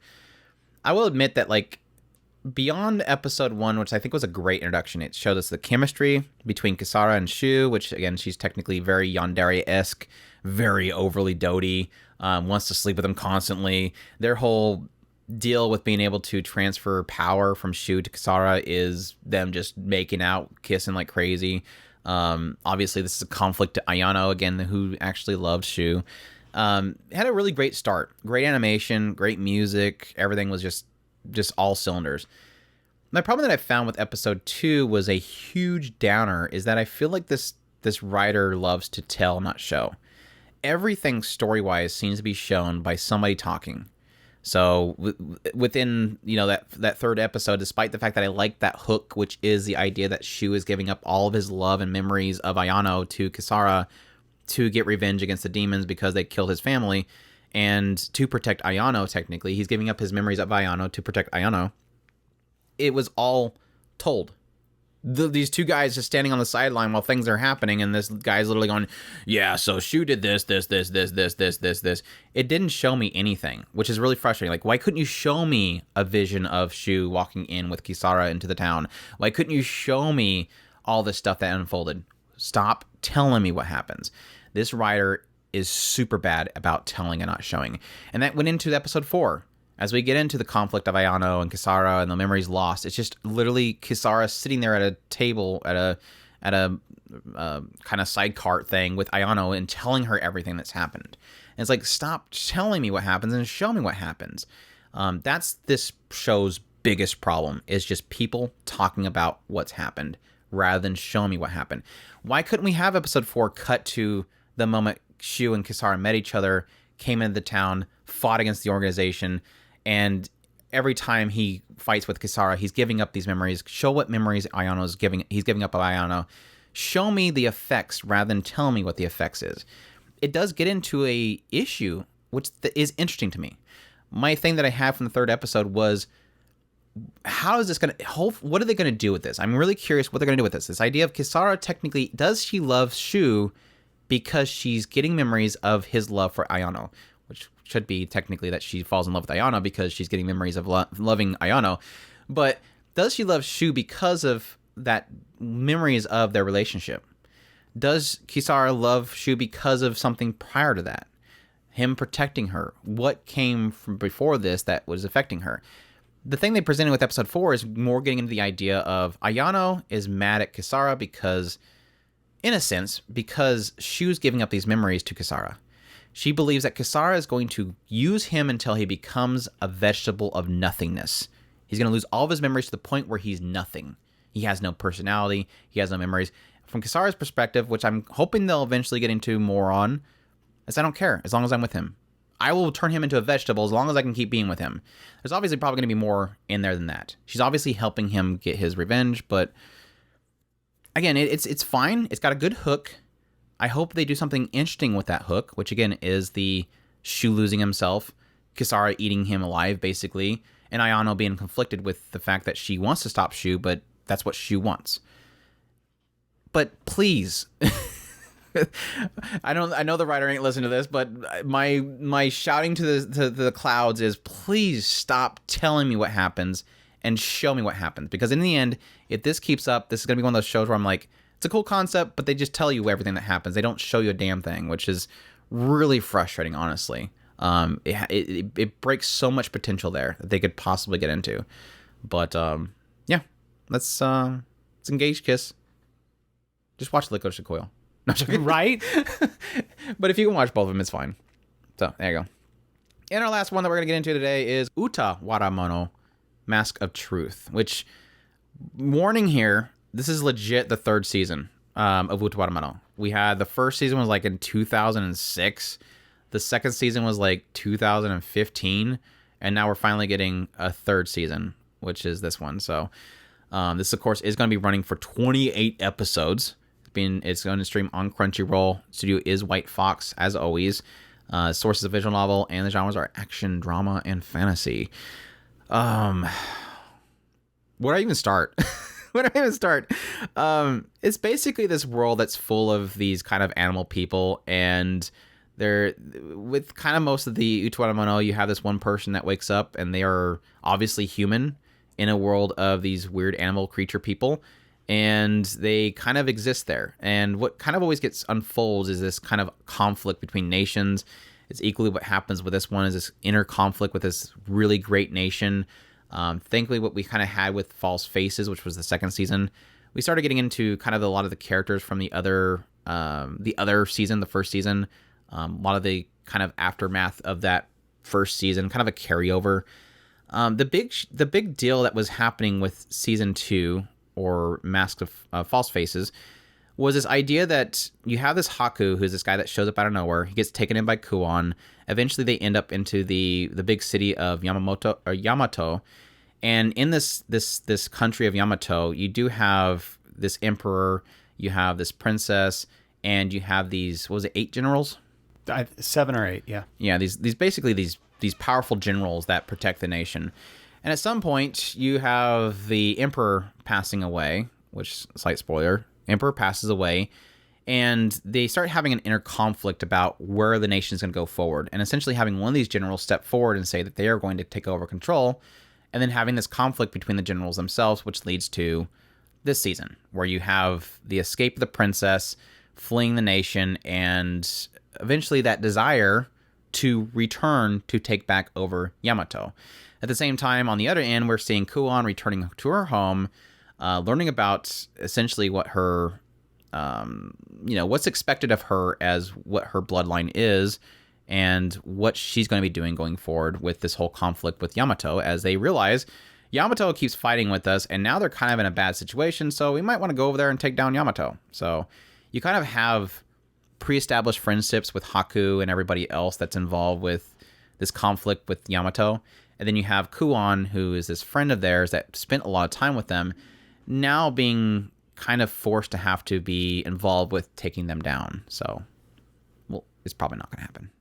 They're going to work together. You know they're going to work together. Mm-hmm. Anyways, what are your thoughts on this so far? First couple of episodes were really rough for me. I maybe somebody else, it worked out a lot better for them, but as it stood for me, I had a really hard time trying to figure out what the heck was going on. Because it's been like 7 and then technically like 15 years. I fully acknowledge that possibility. I do kind of want to go back and just do an entire refresh of the entire show. I really do. And that idea is kind of really hankering. If it's not for the fact that I'm trying to keep up with everything and catch up on a couple of other shows, and now I've got, and plus I've got Summertime Rendering that I really got to catch up on. It's one of those things of, I want to, I really, really do. And I probably will in the second core of this or something like that, because it feels like I know what the heck's going on. But it's like the small, I don't remember this. I think I remember this. This is kind of, I think I got this. And I mean, even Andrew had popped up and asked a question, and I was like, no, I think it's this particular character in the first season. And it's like, I don't know. And so the only thing I can figure to fix the entire problem is to just go in through the entire show. I was planning on just playing the games, but the games look really painful. A long time. You're talking about having time. You're gonna watch the original ones? The games look really painful as well. So it's like, I don't know. I really want to just get an entire refresh of this story. Because I do really enjoy this. I enjoyed the second season. I enjoyed the first season. I am enjoying this. I love these characters. I really do truly love them. So yeah, that's where it is right now. I think it was a really, really brutal start. Finally starting to get some semblance of, okay, I see where it seems like I see where we're going, and I can't wait to see where they're going in the future. So that is. I would say I think the first season of Utawarerumono was great. Loved it to death. really fantastic. I will say that the second season really took a long time to get my interest. Technically, with the first half of the second, because what happens is you essentially have this like timeline of this guy named Hakuro in the first season. That's Hakuro's story. He is this guy that's obviously human. He's walking amongst all these beast people, eventually gets involved with this big conflict with this small nation trying to help them protect themselves. It turns into a big, huge kingdom versus kingdom battle that he's all involved in, and he's leading people. And eventually gets into this big, huge twist at the end.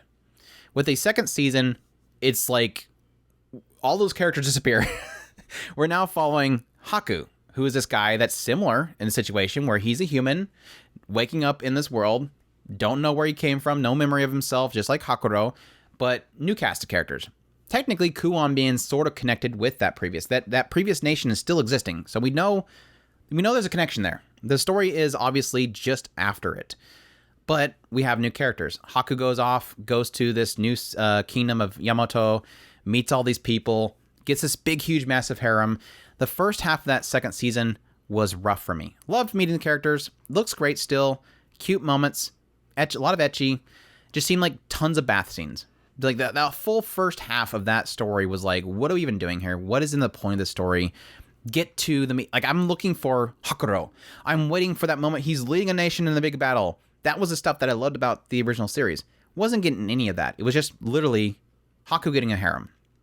I wasn't liking it. It didn't feel like Utawarerumono. It wasn't until like that later part of the second season where I'm like, or Masks of False Faces, where I'm like, oh, this is it. This is the stuff. Suddenly we're getting into some crazy stuff here. We're starting getting the generals fighting over this nation. We get the backstory of Haku, the emperors, all that kind of stuff. That was the nugget. Like, at the moment that you have the emperor go, okay, let me tell you what's going on. That's where I'm like, okay, cool. This is the stuff that I'm going to eat up. And I loved every minute of it, all the way to the end of it. And then again, we jumped forward 8 years again, like in our world, and we're finally getting this final season. And yes, when I first started watching this season, I'm like, I don't remember anything. Like, I remember people. I don't remember anything that was going on. I don't remember what they revealed. So yeah, I had to spend like an entire night just refreshing on everything that happened in season 1, everything that happened in season 2. And now I'm right back into this one, and I am hooked. Like, the moment the first episode starts up, I'm hooked. The only thing that I will say that I would be critical about with this season is I don't think they handled Haku right. With the original season, with season 1, Hakuro was a great character because he starts from small and he goes to grand.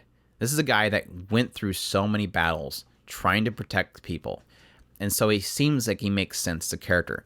Whereas Haku just seems like he's thrown right into, all right, time to lead battles. Haku's always been a spaz. Like, he is like, yes, he's there when he needs to be there. He's still a good person, but he's not a general. And so it just seems like he's thrown into this situation way too quickly. Like, the character change is way too much. Now, granted, there is an aspect that I understand about how he's acting right now, and I love that they're actually addressing him realizing that he might be pushing too hard. We're getting into war crimes, essentially, which I think is really fantastic, and I think it's going to help his character. I just think it transitioned a little bit too quickly. But if I get myself to overlook that a little bit and just kind of let it slide, what they're getting into, the characters returning, all this kind of stuff is still absolutely fantastic.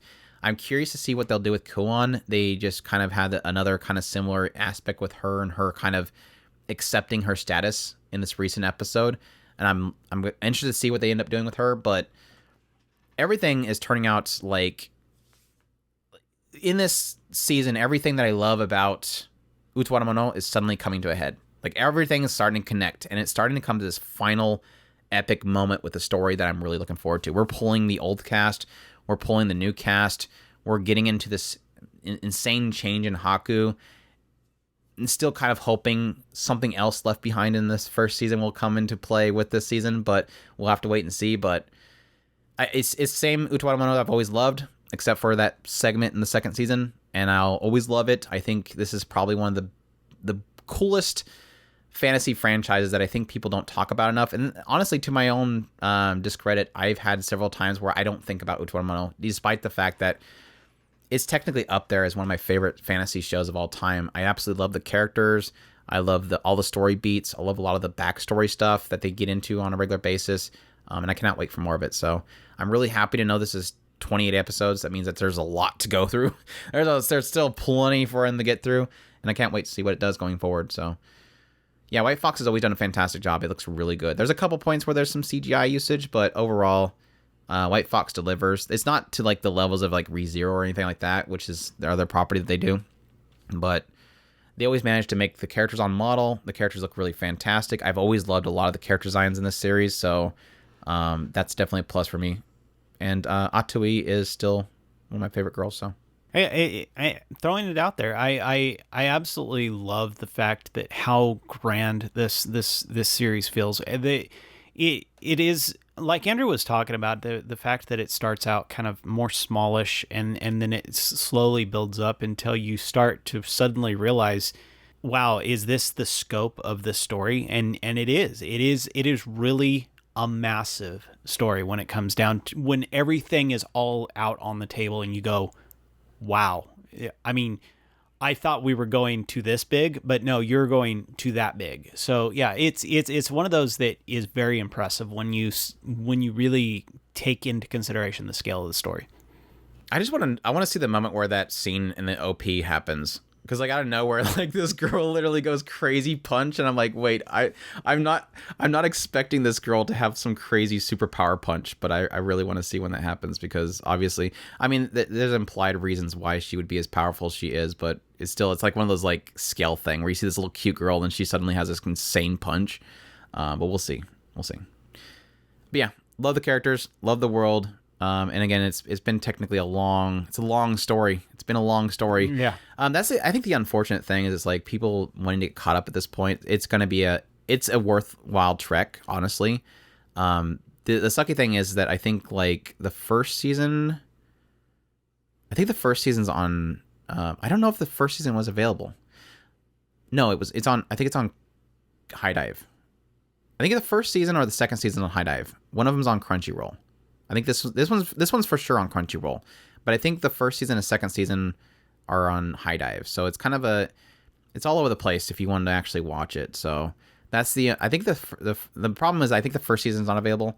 The second season for sure I think is on Sentai, and this one's on Crunchyroll. I think that's what it was. So it's kind of unfortunate if you do want to end up watching it. It's kind of all over the place. So yep. So first season's on, and they haven't moved it over yet. First season will eventually be on Crunchyroll because it's on Funimation's catalog. So like right now, this moment of recording this, Funimation for season 1, High Dive for season 2, Crunchyroll for season 3. Again, technically the first will eventually end up on Crunchyroll. So, but yeah, it is a long story. We're looking at like 26 for the first season, and False Faces was it looked like it was 20 something. So 26, 25, and then 28. So it's a lot. I mean, overall, so far, if you want to get caught up right now, it's 26, 25, and then like 5. So it's investment, but it's definitely a great story. Again, like I said, besides that kind of lull in the second season, which if you like a lot of fan service, you'll be fine with it. But if you don't, it gets a little bit sidetracked. But if you do like ReZero a lot, White Fox probably is adapting this for the sole sake of Sadana and Ururu. So it's like literally their Ram and Ram, which are like these two cute ballet dancing looking girls that serve him and everything. So yeah, I love the characters. Fantastic stuff. But anyways, that's Utawarerumono Mass of Truth. Cannot wait to complete that story. But it's great to know that's a full adaptation, honestly, at this point. So I have some information about Kuon that I'm hoping eventually they'll reveal, but that's why I was asking Chris about that. I'm like, I don't remember them ever getting into it, but I've heard something was missing in the first season adaptation that technically explains it. They revealed a little bit into it with this last episode, so I'm sure they're going to get into her. They're obviously purposely being vague about her mother, so I know for a fact now, based on that they don't want to reveal it yet for the anime only. So I'm going to keep my mouth shut on that. So looking forward to it. Definitely looking forward to it. But yeah. Anyways, that's part 1 of our summer 2022 anime season first impressions. Hope you guys enjoyed this run through of a ton of shows.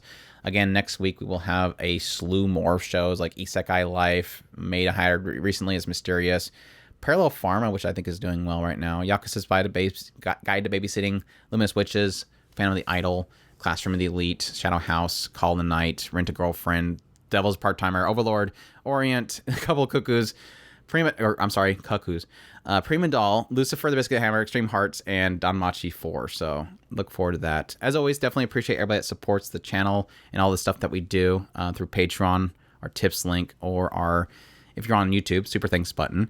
Again, all the links are at otakuspirit.com. Definitely appreciate everybody's support, and you all take care. We split it into 2 parts, and we still got a 3-hour episode out of it.